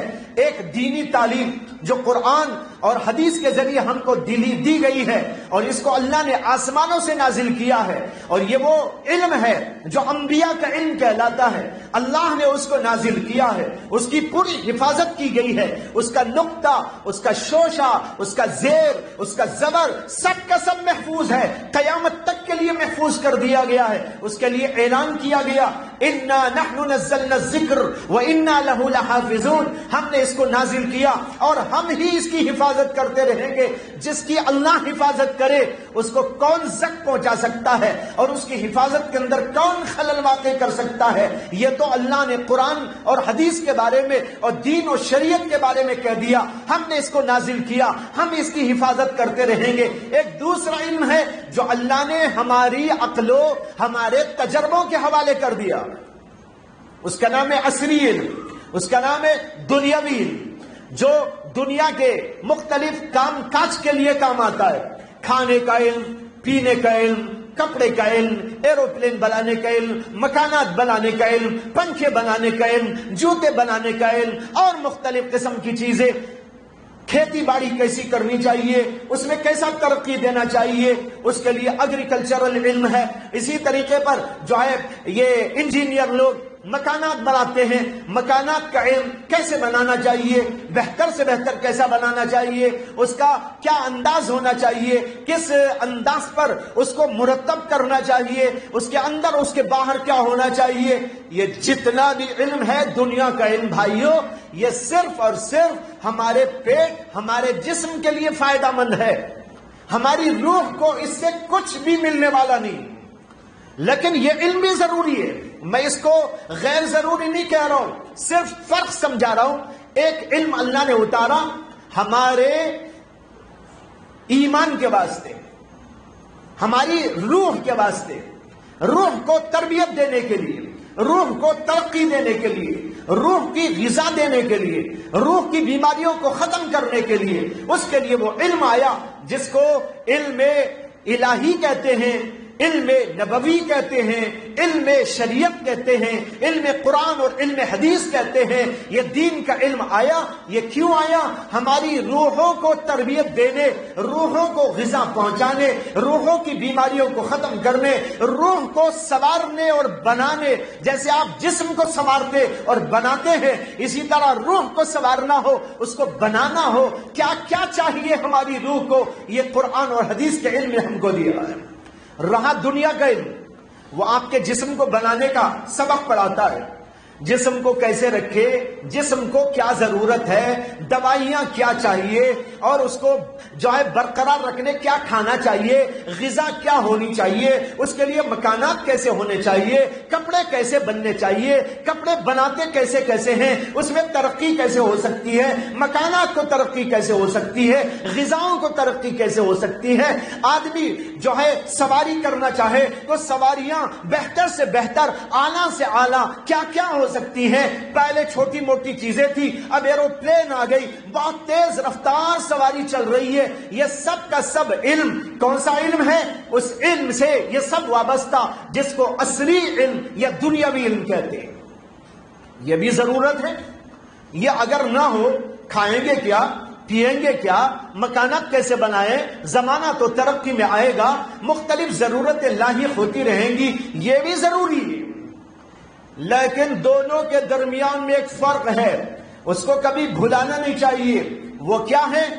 جو علم الہی آسمانوں سے ہمارے لیے نازل کیا گیا، وہ ہمارا امام بن کے دنیا میں آیا ہے. وہ یہ بتاتا ہے، ہماری رہبری کرتا ہے، تمہیں اللہ کے پاس جانے کیا کرنا چاہیے، اس کی رہبری دیتا ہے. اس رہبر علم کا نام امام علم ہے. یہ ہمارا امام بن کے دنیا میں آیا. یہ باقی جو دنیا کا علم ہے وہ ہمارا غلام ہے، ہم اس سے فائدہ اٹھائیں جیسے غلام سے فائدہ اٹھاتے ہیں. غلام سے کہتے ہیں بھائی وہاں جاؤ، وہ چیز لے کے آؤ، وہ بیچ کے آؤ، وہ رکھ کے آؤ، وہ اٹھا کے لاؤ، وہ وہاں ڈال کے آؤ، یہ کام کرو. اسی طرح اس دنیا کے علم کو اپنے لیے بطور غلام استعمال کرے. یہ میرے کھانے کے بنانے کا علم ہے، میرے پینے کی چیزوں کا علم ہے، میرے کپڑوں کے بنانے کا طریقہ ہے، میرے مکانات بنانے کا طریقہ ہے، فلاں اور فلاں چیز کی اس سے ترقی ہوتی ہے، میری ضرورت ہے، انسانوں کی ضرورت ہے، اس کے لیے اس علم کو پڑھنا چاہیے. کچھ لوگ اس کے لیے پڑھیں، بہت سارے لوگ پڑھیں. ہمارے مسلمان بھائی اس علم کے اندر ترقی پائیں، کوئی انجینئر بنے، کوئی ڈاکٹر بنے، کوئی پروفیسر بنے، کوئی لیکچرر بنے، کوئی لائر اور بیرسٹر بنے، اور کوئی چیف جو ہے جسٹس بنے. یہ سب کے سب علم پڑھ پڑھ کر دنیا کی مختلف ضرورتوں کو پورا کرے. اللہ نے منع نہیں کیا، شریعت نے منع نہیں کیا، بلکہ اپنے اپنے دور میں جو کچھ علم تھا اس کے بارے میں اس سے استفادہ کرتے ہوئے ہی لوگ یہاں تک پہنچے ہیں اور آگے بھی ترقی کریں گے. یہ نہ سمجھو کہ ترقی رک گئی ہے، اب ترقی اور ہوتی رہے گی، اور قیامت جو قریب آئے گی ترقی انتہا کو پہنچے گی، اور ترقی انتہا کو پہنچنے کے بعد ایک دم اللہ سب کو نیست و نابود کر دے گا، قیامت برپا کر دی جائے گی. بتانا یہ ہے اس علم سے وابستہ ہو کر کالجوں میں پڑھیں، بڑھیں اور علم حاصل کریں، مختلف علوم و فنون کے ماہر بنے. منع شریعت نے نہیں کیا، لیکن اس کو کبھی نہ بھولیں، یہ علم ہمارا غلام ہے، لیکن ہمارے لیے امام بن کر جو علم آیا ہے وہ قرآن و حدیث کا علم آیا ہے. کوئی مسلمان قرآن و حدیث کے علم کے بغیر نہیں رہ سکتا. یہ علم فرض ہے. ڈاکٹر بننا سب کے لیے فرض نہیں ہے، انجینئر بننا سب کے لیے ضروری اور بن بھی نہیں سکتا. کیا آپ نے کہیں دیکھا کہ ایک ایسے بھی صاحب ہیں جو انجینئر بھی ہیں، جو ڈاکٹر بھی ہیں، جو پروفیسر بھی ہیں، جو ایڈوکیٹ بھی ہیں، اور جو مختلف اور چیزوں کے بھی ماہر ہیں، وہ ساتھ ساتھ بڑے بزنس مین بھی ہیں، یہ بھی ہیں اور وہ بھی ہیں؟ ارے بھائی، ایک ڈاکٹر ہوتا ہے، اور ڈاکٹر بھی آج پورا ایک ڈاکٹر نہیں ہوتا، بلکہ ڈاکٹری کے بھی جو ہے شعبے کر دیے گئے ہیں۔ آنکھوں کا ڈاکٹر الگ، کانوں کا ڈاکٹر الگ، ناک کا ڈاکٹر الگ، بال کا ڈاکٹر الگ، اور اسی طرح کھال کا ڈاکٹر الگ، بال کا الگ، کھال کا الگ، ہر ڈاکٹر الگ الگ الگ الگ ہو گیا ہے۔ اس لیے ڈاکٹر بھی ایک نہیں، ڈاکٹر کے بھی بہت سارے شعبے ہو گئے۔ بہرحال اپنے اپنے علم کے مطابق لوگ حاصل کریں، آگے بڑھیں، لیکن اس کو غلام سمجھے، یہ نہ سمجھے کہ ہماری زندگی کا مدار، آخری زندگی کا مدار اس پر ہے۔ آخری زندگی کا مدار علم قرآن اور علم حدیث پر ہے۔ جب تک اس علم کو حاصل نہیں کریں گے، ظاہر بات ہے کہ نجات کا کوئی تصور نہیں۔ اور یہ سمجھانا چاہتا ہوں، وہی علم ہے جو ہمارے اندر اخلاق پیدا کرتا ہے، جو ہماری روح کو بناتا ہے۔ آپ ڈاکٹر بنے، انجینئر بنے، آپ کو کہیں وہ سبق نہیں آئے گا کہ بھئی آپ اخلاق اپنے کیسے بنائے۔ اخلاق کے بنانے کا درس انبیاء نے دیا ہے، اخلاق کے بنانے کا سبق انبیاء نے پیش کیا ہے، اور اس کے لیے آپ کو قرآن و حدیث ہی کی طرف آنا پڑے گا۔ باقی وہ علم ایک دنیا کی ضرورت کا علم ہے، اس سے منع نہیں کیا جا رہا ہے، لیکن فرق سمجھایا جا رہا ہے۔ فرق سمجھانے سے یہ نہ سمجھو کہ میں اس کو ڈل کر رہا ہوں، نہیں، ڈل نہیں کر رہا ہوں، بلکہ بتانا چاہتا ہوں دونوں کے فرق کو ملحوظ رکھو، گڑبڑ نہ کرو۔ آج لوگ گڑبڑ کرتے چلے جا رہے ہیں، اس علم کے مقام کو بلند کرتے کرتے قرآن و حدیث کے علم سے بھی فوقیت دے دینا چاہتے ہیں۔ یہ غلط ہے، ایک مسلمان کبھی حرکت نہیں کر سکتا۔ تمام ڈاکٹرز، تمام انجینئرز، تمام پروفیسرز، تمام لیکچررز، تمام بیرسٹرز، سب جب کو جو بھی پڑھے، لیکن اس کے ساتھ ان کو قرآن چاہیے، حدیث چاہیے، ان کے اخلاق بننے کے لیے، ان کے اخلاق سنورنے کے لیے۔ تو میں عرض یہ کرنا ہے کہ ہمیں اپنے اخلاق کو بلند کرنے کا سبق قرآن و حدیث سے ملتا ہے۔ آج ضرورت ہے اس بات کی، ہر شعبے کے اعتبار سے اپنے آپ کو ہم تیار کریں۔ یہ نہیں کہ بھئی کچھ لے لیا، کچھ چھوڑ دیا، بیشتر چھوڑ دیا، ایک چیز کو لے لیا۔ صرف نماز پڑھنے کا نام دین نہیں ہے، صرف داڑھی رکھ لینے کا نام دین نہیں ہے، صرف جبہ قبہ پہننے کا نام دین نہیں ہے، تسبیح پکڑ لینے کا نام دین نہیں ہے۔ دین ان سب کے ساتھ اخلاق کو بہتر بنانے کا نام ہے، لوگوں کی اصلاح کا نام ہے، لوگوں سے بہتر سلوک کا نام ہے، معاشرت اور اخلاق کو زندہ کرنے کا نام ہے، گھر کے ماحول کو اخلاق اور دین دونوں سے معمور کرنے کا نام ہے۔ ایک طرف وہاں نمازیں پڑھی جا رہی ہو، ایک طرف بڑوں کا ادب بھی سکھایا جا رہا ہو، باپ کا ادب سکھایا جا رہا ہو، بچوں کو یہ سبق پڑھایا جا رہا ہو، ان کی زبان کی حفاظت کی جا رہی ہو، ان کو بتایا جا رہا ہو زبان سے کیا بول سکتے ہیں، کیا نہیں بول سکتے، کوئی گالی ان کی زبان پہ نہ آئے، کوئی بری بات ان کی زبان پہ نہ آئے، ان کا اخلاق و کردار انتہائی بلندیوں پر پہنچا ہوا ہو۔ یہ سب کچھ کرنے کا نام دراصل دین ہے۔ بھائیو، آج ہم نے دین کو جز بنا کے رکھ دیا، اور کچھ جزوں کو لے لیا، باقی تمام اجزاء کو ہم نے خارج کر دیا۔ حضرت حکیم الامت مولانا اشرف علی تھانوی نور اللہ مرقدہ نے کتاب لکھی، اس کا نام ہے آداب المعاشرت۔ چھوٹی سی کتاب، چند صفحات کی کتاب۔ اس چند صفحات کی کتاب کے شروع میں مقدمے میں انہوں نے لکھا ہے کہ آج دین کے بہت سے شعبوں کو مسلمانوں نے دین سے خارج کر دیا ہے۔ ان میں سے ایک شعبہ یہ ہے جس کو معاشرت کہتے ہیں۔ معاشرت کیسی ہونی چاہیے، ماں باپ سے آپ کا تعلق کیسا ہو، بیوی کے ساتھ سلوک کیسا ہو، بچوں کے ساتھ انداز زندگی کیسا ہو، پڑوسی کے ساتھ آپ کیسے رہے، اور دیگر رشتہ داروں کے ساتھ کیسا رہے، دوست احباب کے ساتھ آپ کی زندگی کا کیا انداز ہو، یہ سب کا سب بھی دراصل معاشرت ہے۔ یہ معاشرت دین کا ایک جز ہے۔ اگر دین سے اس کو خارج کر دو تو دین ناقص ہو جائے۔ آج ہم دین ناقص کو لیے ہوئے ہیں، دین کامل کو لینے کی ضرورت ہے۔ جب تک دین کامل کو نہیں لیں گے، ہمارا دین اور ایمان مکمل کیسے ہو سکتا ہے؟ بھائیو، لوگوں نے عجیب طرح دین کو بگاڑ کر رکھ دیا ہے. ہمارے پاس واقعات آتے رہتے ہیں. ان میں سے ایک بات عرض کرنا چاہتا ہوں، اس وقت ذہن میں آ گئی، وہ ہے معاملات کی بات. معاملات کیا؟ لین دین. لین دین کیسا ہونا چاہیے، یہ بھی شریعت کا ایک حکم ہے، اور اس کے اوپر مدار ہے ہمارے دین کے بننے کا.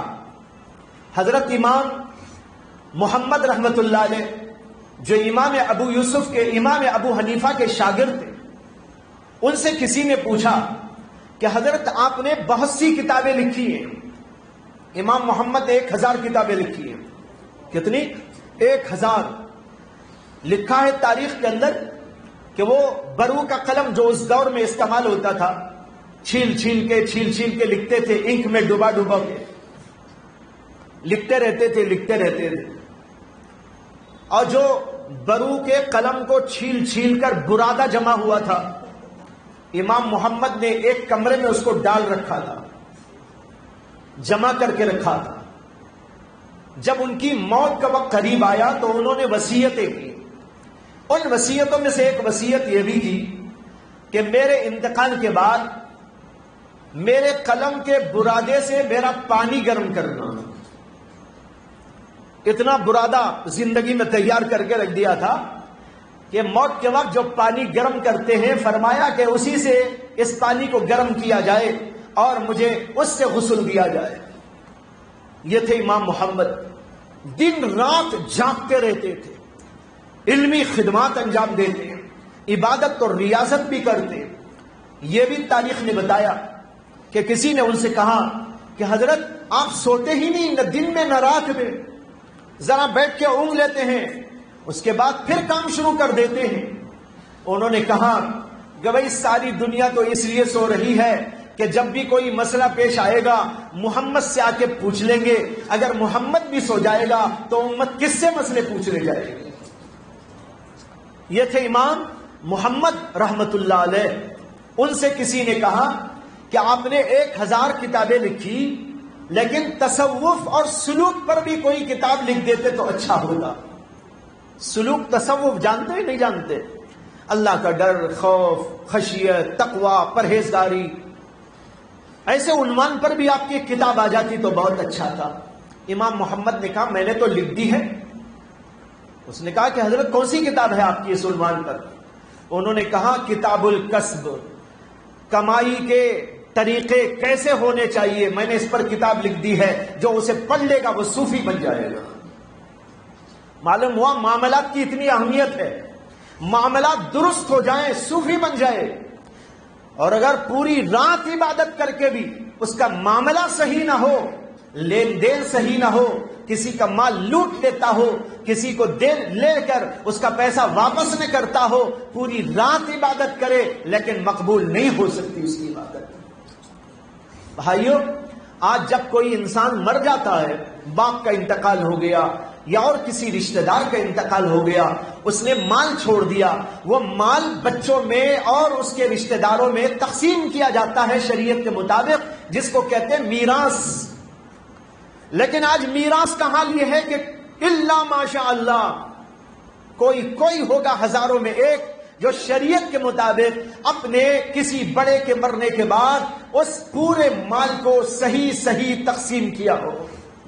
ورنہ تو ایک بھائی سب کا ہڑپ کر لیتا ہے، یا بھائی لوگ مل کر بہن کا ہڑپ کر لیتے ہیں، بہنوں کو محروم کر دیتے ہیں، اور اس کے اوپر جھگڑے چلتے رہتے ہیں. ایک مسئلہ ہمارے پاس تقریباً 2 سال سے چلا.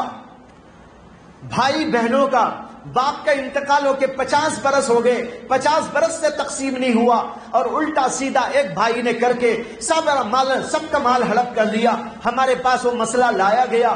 اب جو ہے لاک ڈاؤن کے زمانے سے چلتا رہا، تقریباً 2 سال وہ ہمارے پاس میں کیس رہا، آج تک نہیں حل ہو سکا. وہ بھائی نمازی ہے، بظاہر جو ہے اچھا ہے، نیک ہے، لیکن حقیقت یہ ہے کہ اللہ کا ڈر نہیں ہے، اس لیے کسی کو دینا نہیں چاہتا، سب کا ہڑپ کر لیا. لیکن تاریخ میں ایک ایسا واقعہ بھی آیا ہے جو آپ کو سنا دوں، مزہ آ جائے گا۔ ایسے تقسیم کرنے والے اللہ کی شریعت کے مطابق امام ابن الجوزی نے واقعہ لکھا ہے کہ کسی جگہ بغداد کے علاقے میں ایک سوداگر بزنس مین رہتا تھا، بڑا مالدار تھا۔ اس نے شادی کر لی تھی، بچے بھی 2 اس کے ہو گئے تھے۔ اس کے بعد وہ ایک بار اپنے دکان پر بیٹھا ہوا تھا، وہاں پر ایک لڑکی آئی اور اس نے اپنا دکھڑا سنایا، جس کا خلاصہ یہ تھا کہ اس کے شوہر کا انتقال ہوئے کئی مہینے یا سال گزر گیا، لیکن اس کا کوئی پرسان حال نہیں، اور اس کی زندگی اس طرح گزر رہی ہے کہ اسے کبھی مانگنے کی نوبت آ جاتی ہے۔ اس کو رحم آیا تو اس نے اس لڑکی سے شادی کا پیغام دے کر شادی کر لی۔ شادی ہونے کے بعد ظاہر بات ہے پہلے تو ایک بیوی کے پاس آتا جاتا تھا، اب 2 بیویوں کے پاس آئے گا جائے گا شریعت کے قانون سے بھی۔ تو پہلی بیوی کے پاس آنے جانے میں تھوڑا سا کمی ہو گئی، تو اس بیوی کو اشکال ہوا اور اس کے دل میں آیا کہ یہ کیوں پہلے جیسا نہیں نظر آتا، میرے پاس جیسا پہلے وقت زیادہ گزارتا تھا اب یہاں زیادہ وقت نہیں گزارتا، اس کا وقت کہاں گزرتا ہے؟ اس نے اپنی باندی کو کہا کہ جب میرا شوہر نکل کے اپنے دکان کے پاس جائے تو تو برقع پہن کے اس کے پیچھے پیچھے جانا، اسے پتہ نہ چلے، اور دیکھتے رہنا کہ وہ کہاں جاتا ہے۔ اب وہ گئی اور اس کا پیچھا کرتی رہی، وہ دکان میں بیٹھا اور ظہر تک وہاں رہا، پھر اس کے بعد اٹھ کر نماز کے لیے مسجد گیا، لیکن وہ اس کا پیچھا پھر بھی کرتی رہی، اور نماز پڑھنے کے بعد وہاں مسجد سے نکلا اور پھر ایک اور ایریا میں گیا، اور وہاں پر ایک گلی میں گیا، پھر ایک گھر آیا، اس گھر کے اندر وہ گھس گیا۔ باندی نے سب کچھ قصہ دیکھنے کے بعد وہاں بازو جو لوگ رہتے تھے ان سے پوچھا کہ یہ جو مکان ہے یہ کس کا مکان ہے؟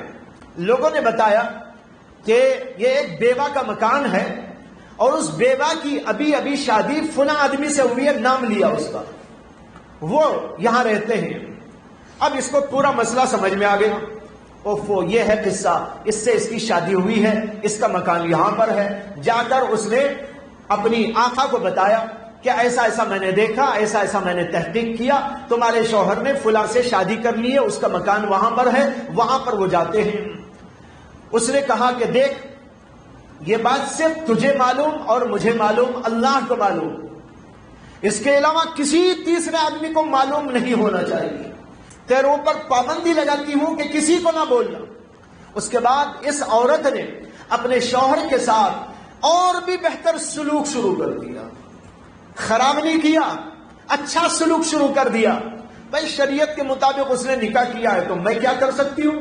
اب اور اچھا معاملہ، اس کی اطاعت، فرما برداری، پکوان، کھلانا پلانا، پیار محبت، یہ چلتا رہا۔ اسے پوچھا تک نہیں کہ تم نے دوسری شادی کر لی، یا کوئی ناراضگی کا کوئی اظہار نہیں کیا، بلکہ خوش دلی کے ساتھ سارا کام کرتی رہی۔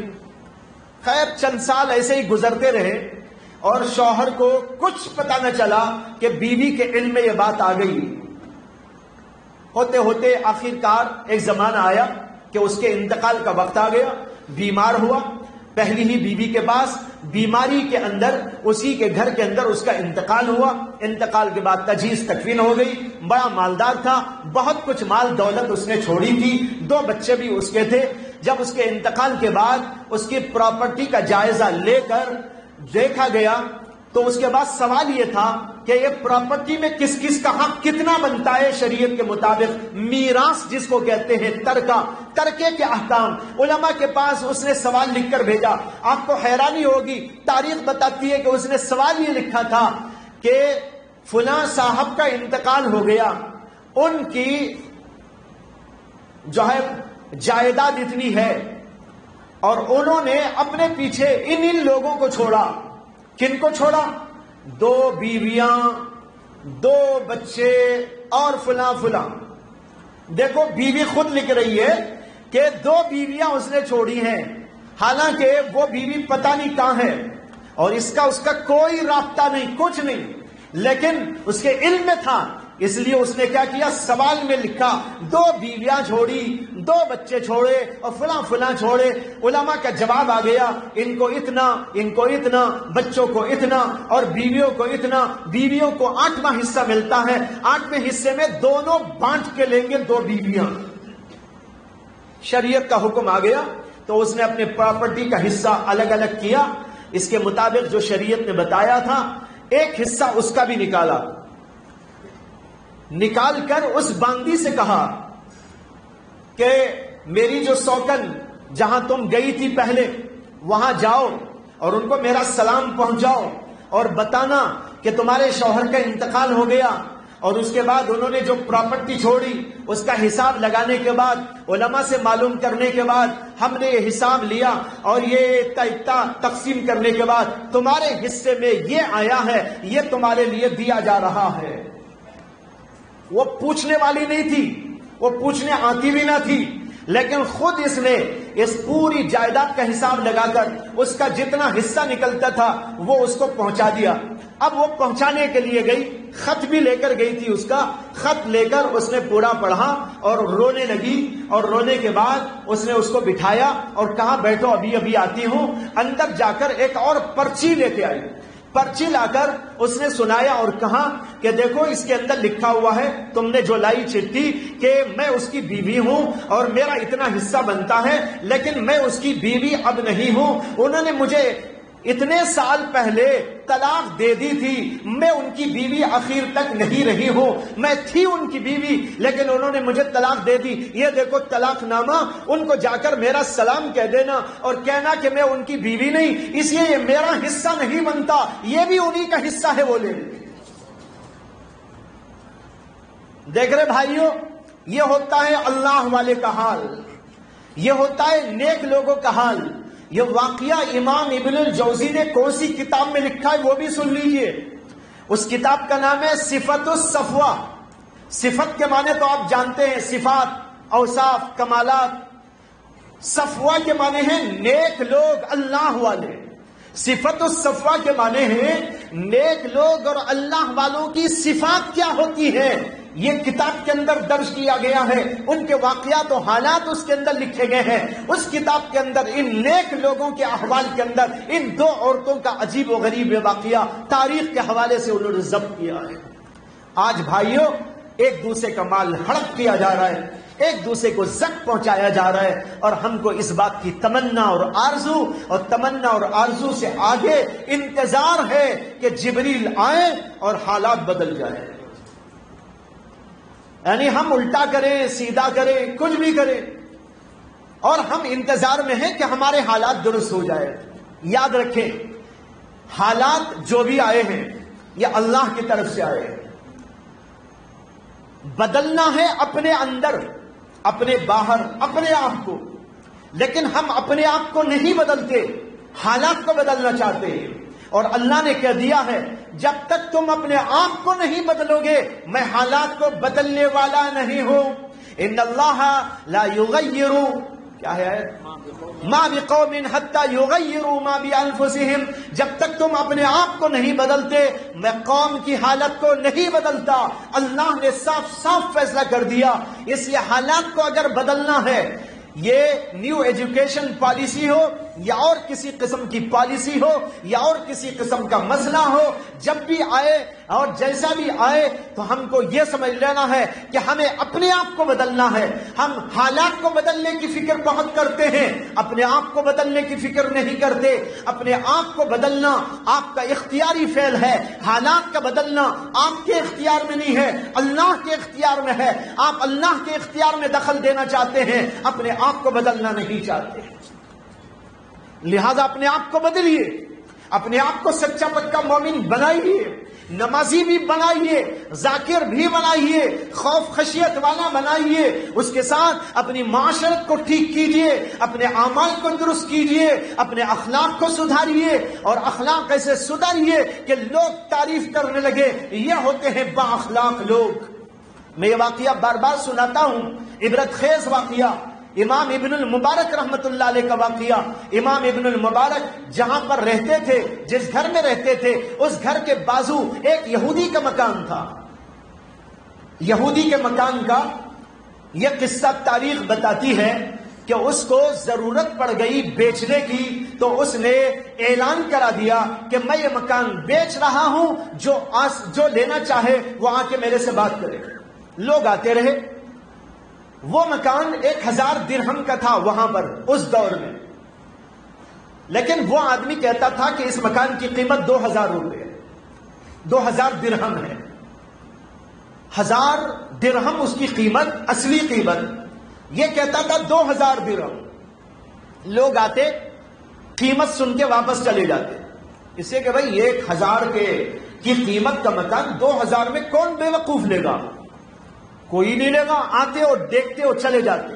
ایک آدمی آیا، اس نے کہا بھائی دیکھو، میں نے سنا ہے کہ آپ ایسا بہت قیمت بتاتے ہیں، شاید آپ دینا نہیں چاہتے، ویسے لوگوں کو بلاتے ہیں واپس کرتے ہیں۔ میں آپ سے سنجیدہ گفتگو کرنا چاہتا ہوں، مجھے مکان پسند ہے، مجھے لینا ہے، اب لین دین کی حقیقی بات کرو۔ اس نے کہا بات تو وہی ہے، 2000 لینا ہو تو لو، نہیں تو جاؤ۔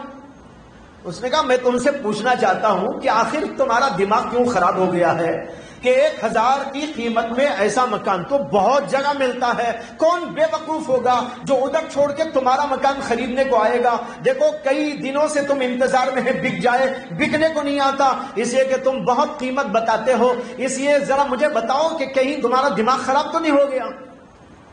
تو اس نے کہا بھائی میرا دماغ تو بالکل ٹھیک ہے، بات اصل میں یہ ہے کہ ایسا مکان 1000 کی قیمت میں ہر جگہ مل جاتا ہے، مجھے بھی معلوم، لیکن میرے مکان کی ایک خصوصیت ایسی ہے جو دنیا کے کسی مکان کو حاصل نہیں ہے۔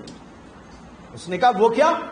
کہا وہ یہ ہے کہ میرا مکان ابن المبارک کے مکان کے پڑوس میں ہے، اس کی یہ فضیلت کسی اور جگہ کے مکان کو حاصل نہیں ہے، اس لیے اور جگہ کے مکانات 1000 کو ملتے ہیں، میرا مکان 2000 کی قیمت کا ہے، اس لیے کہ ایسا پڑوس کسی کو نہیں ملے گا، اس لیے جو آ کے یہاں رہے گا اسے ابن المبارک کا پڑوس ملے گا، ان کے اخلاق، ان کا کردار، ان کا انداز زندگی، ان کی ہمدردی، ان کی غمخواری، ان کا تعاون، یہ مجھے زندگی بھر نصیب رہا، میں تو کبھی چھوڑ کے نہ جاتا، لیکن ایک مصیبت آ گئی ہے، اس لیے بیچنا چاہتا ہوں، اس لیے تم آ کے لینا چاہتے ہو تو سوچ سمجھ کے آنا، دوسری جگہ وہ پڑوس نہیں ملے گا، یہاں پر یہ پڑوس ملے گا۔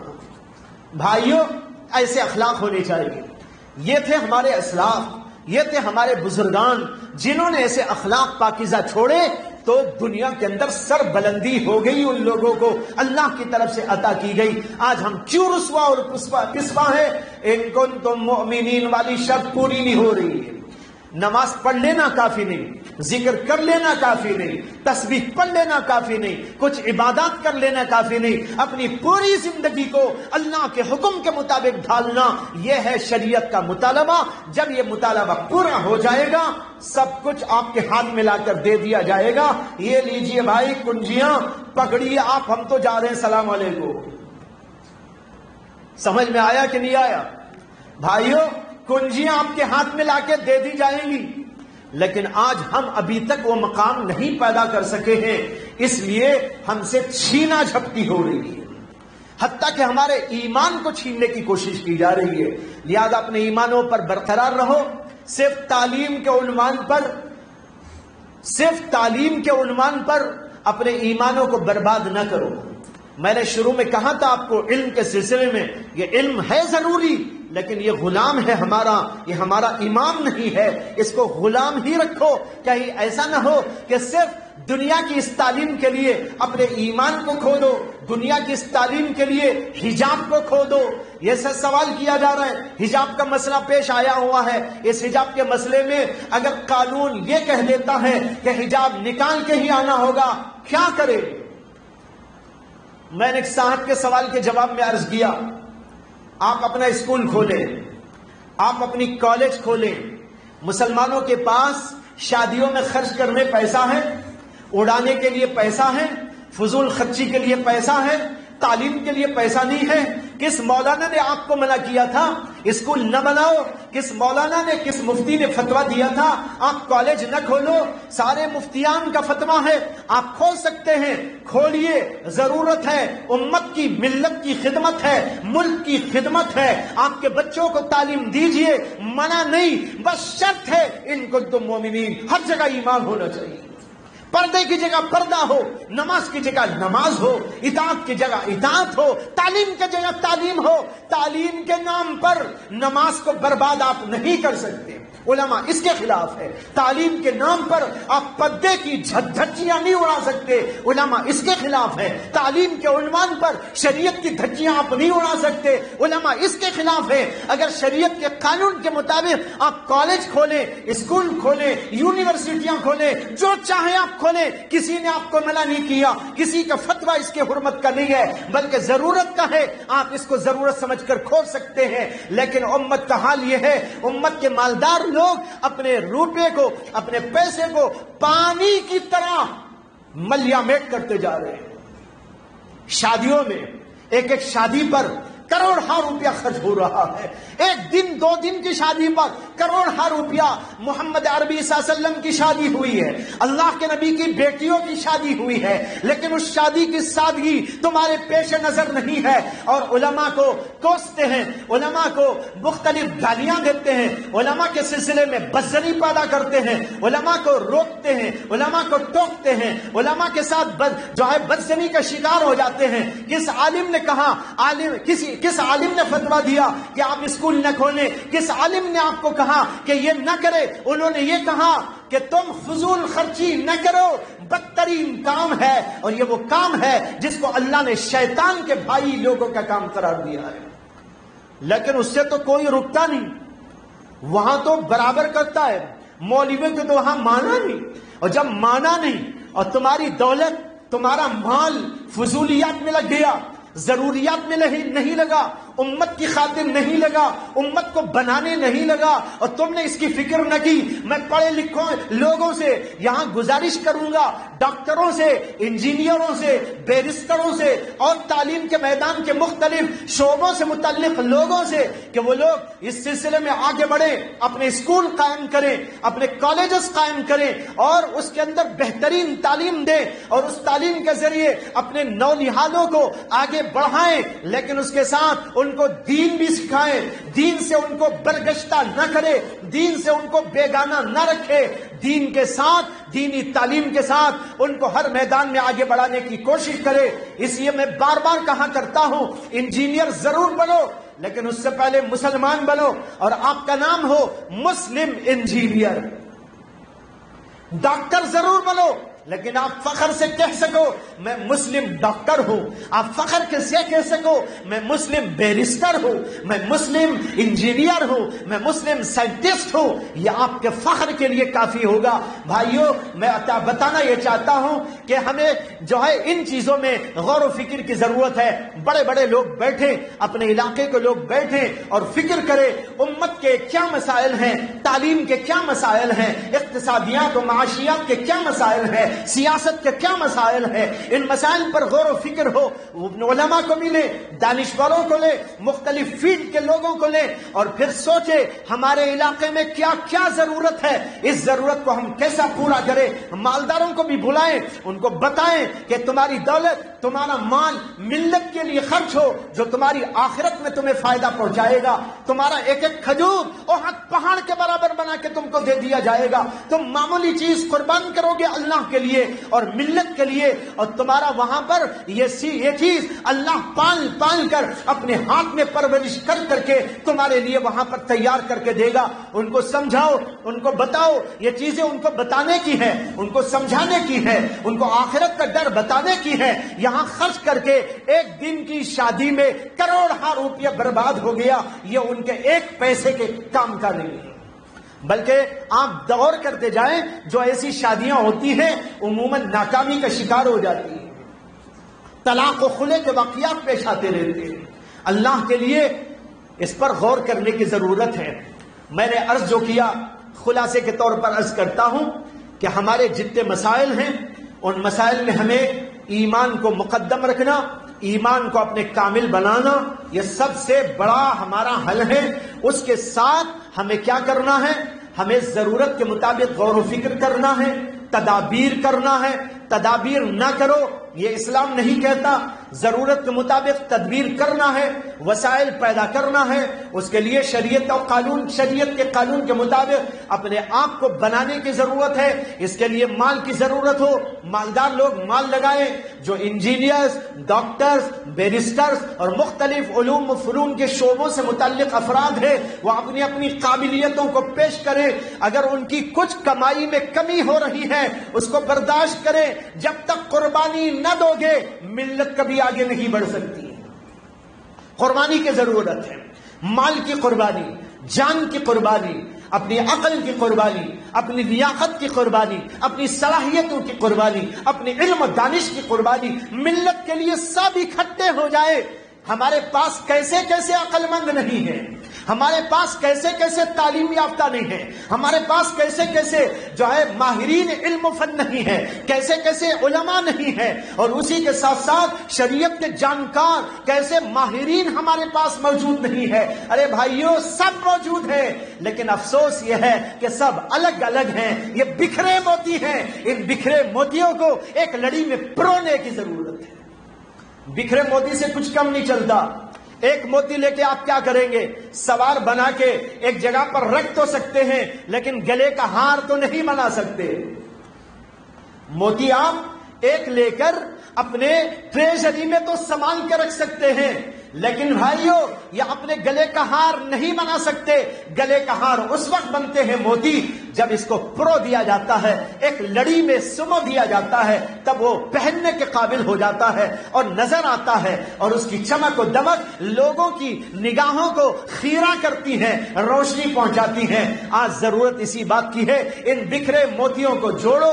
تعلیم یافتہ لوگ بھی جڑ جائیں، علماء بھی جڑ جائیں، یہ سب کے سب بیٹھ کر ملت کی، امت کی فکر کریں۔ جب یہ ہوگا تو انشاءاللہ بہت کچھ چینجز آئیں گے۔ اللہ سے دعا ہے کہ اللہ تبارک و تعالی مجھے بھی، آپ کو بھی، پوری امت کو بھی ہر طرح کی اپنی حفاظت کے اندر رکھے، اور ہمارے دین اور ایمان کا تحفظ کرنے کی اللہ ہمیں توفیق عطا فرمائے۔ اور اس سلسلے میں جو کچھ ضرورتیں ہمیں ہیں دنیا میں جینے کے لیے، عزت کے ساتھ، عافیت کے ساتھ، راحت کے ساتھ، اور سارے لوگوں کے اوپر ہم لوگوں کو جو ہے اپنا ایک